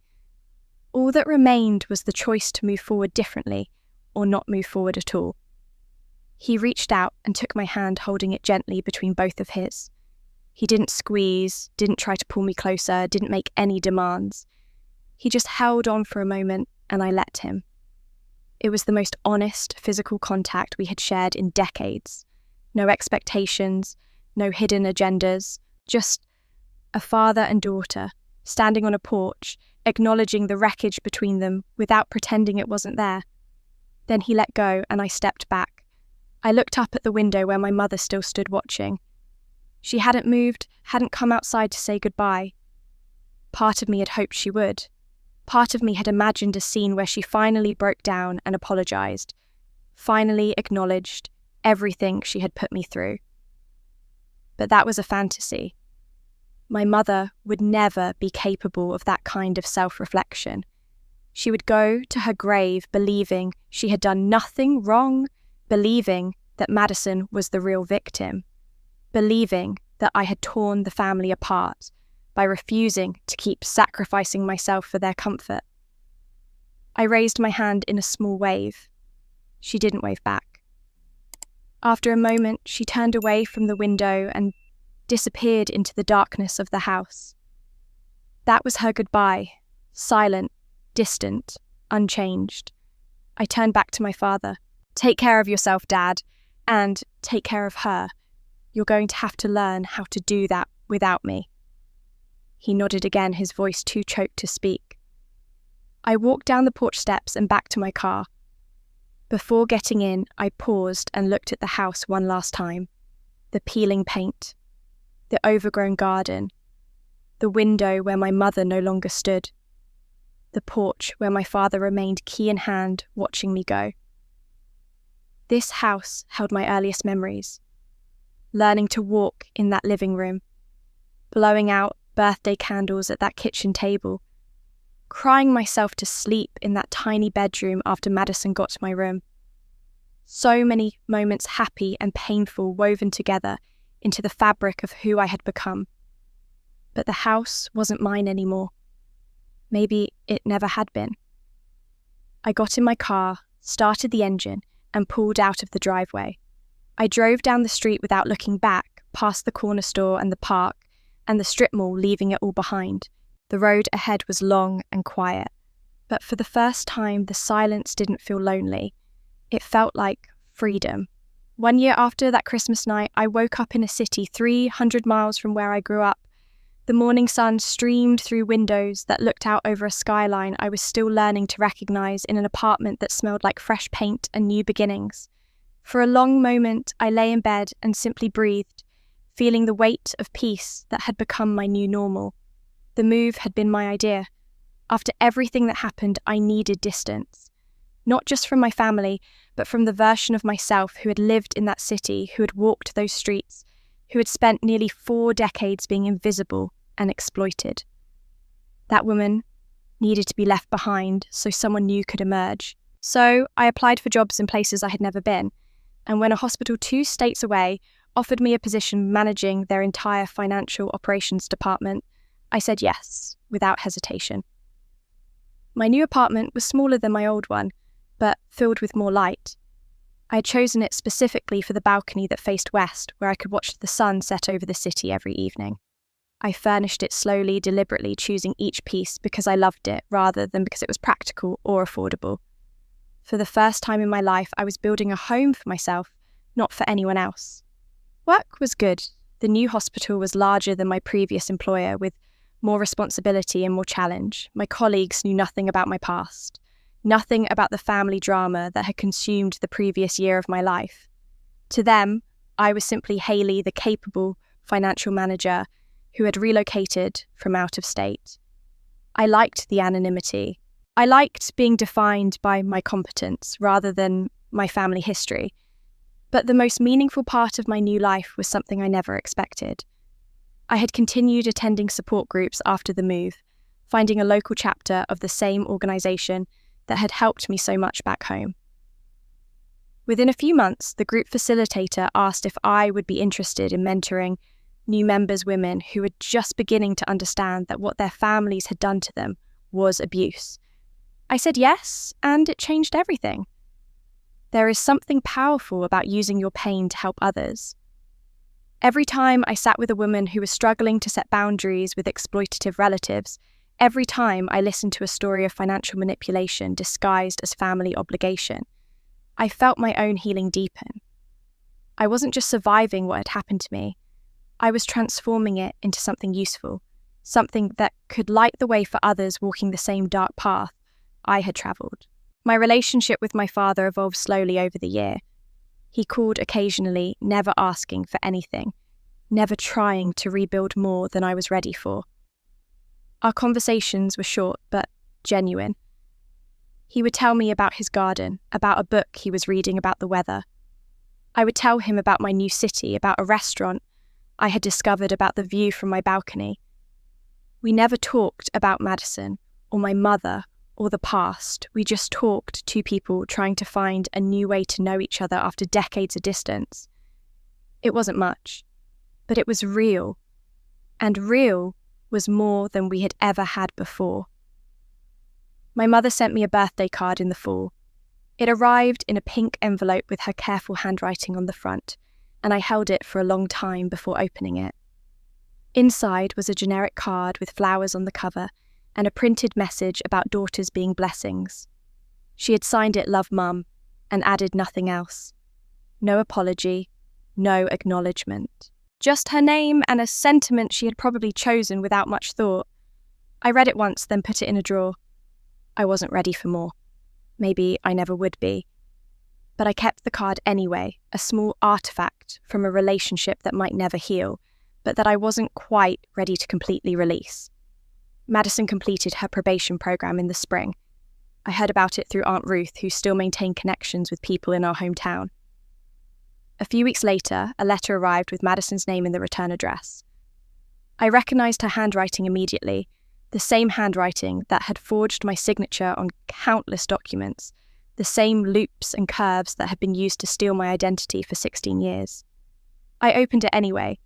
The letter was 3 pages long, filled with apologies and explanations and pleas for understanding.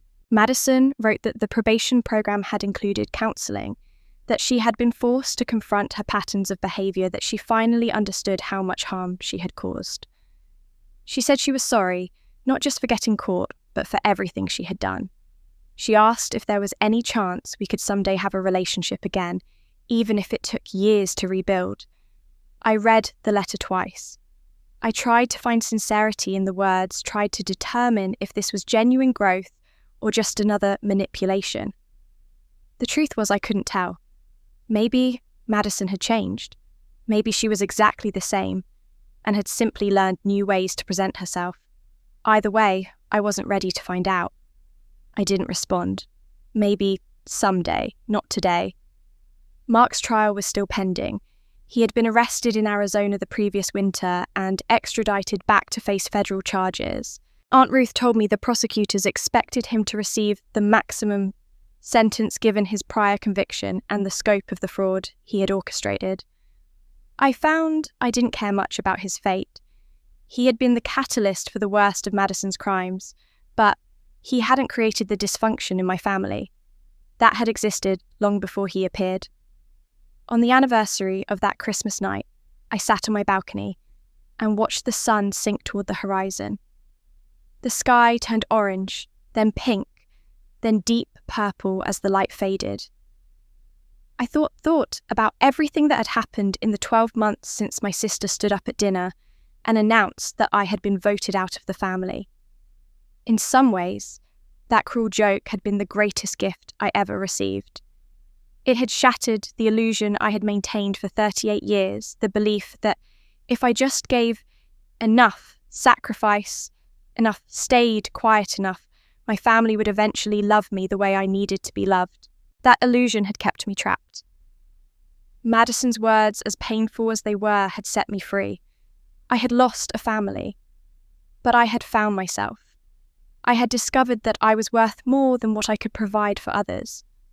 I had learned that setting boundaries wasn't selfish, it was survival. I had built a new life filled with work. I was proud of relationships based on mutual respect and a peace I had never known was possible. They said I was voted out of the family, but the truth is, I voted myself into my own life, and that was the best decision I ever made. And so, my story comes to an end. But before I go, I want to take a moment to speak directly to you, the person who has been listening all this time. You stayed with me through every painful memory, every betrayal, every moment of doubt and despair. You heard about the childhood sacrifices, the years of invisible giving, the Christmas joke that shattered everything, and the long road to healing that followed. Thank you for being here. Thank you for listening. Your presence means more than you know. If any part of my journey felt familiar to you, if you recognized yourself in the daughter who gave too much, the sister who was taken for granted, the family member who was invisible until someone needed something, I want you to know that you are not alone.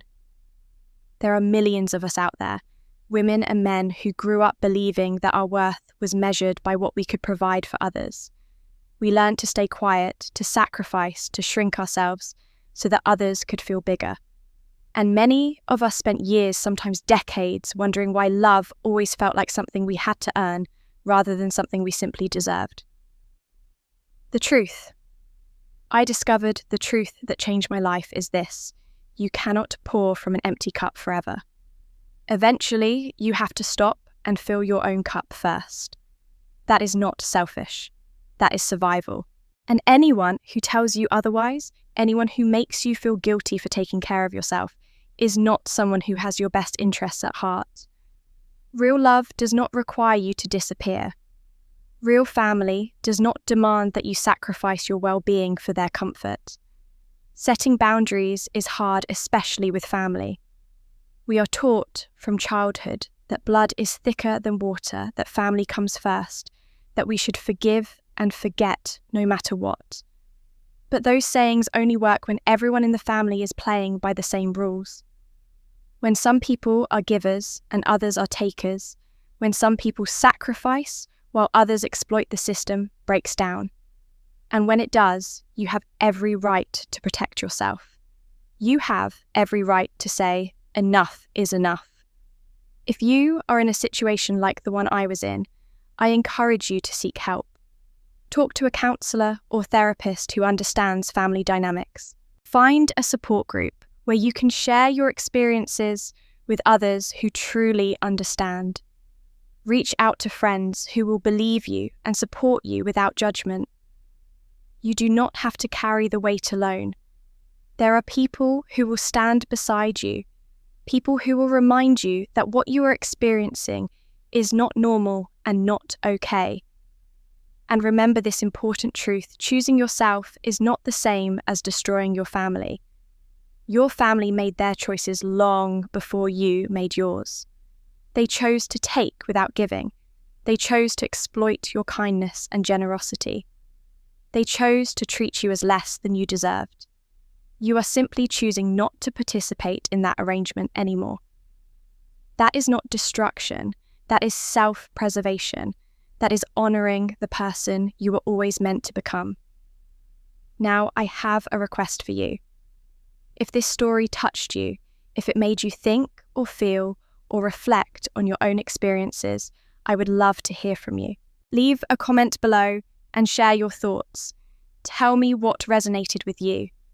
Tell me which part of this story hit closest to home. Tell me about your own journey if you feel comfortable doing so.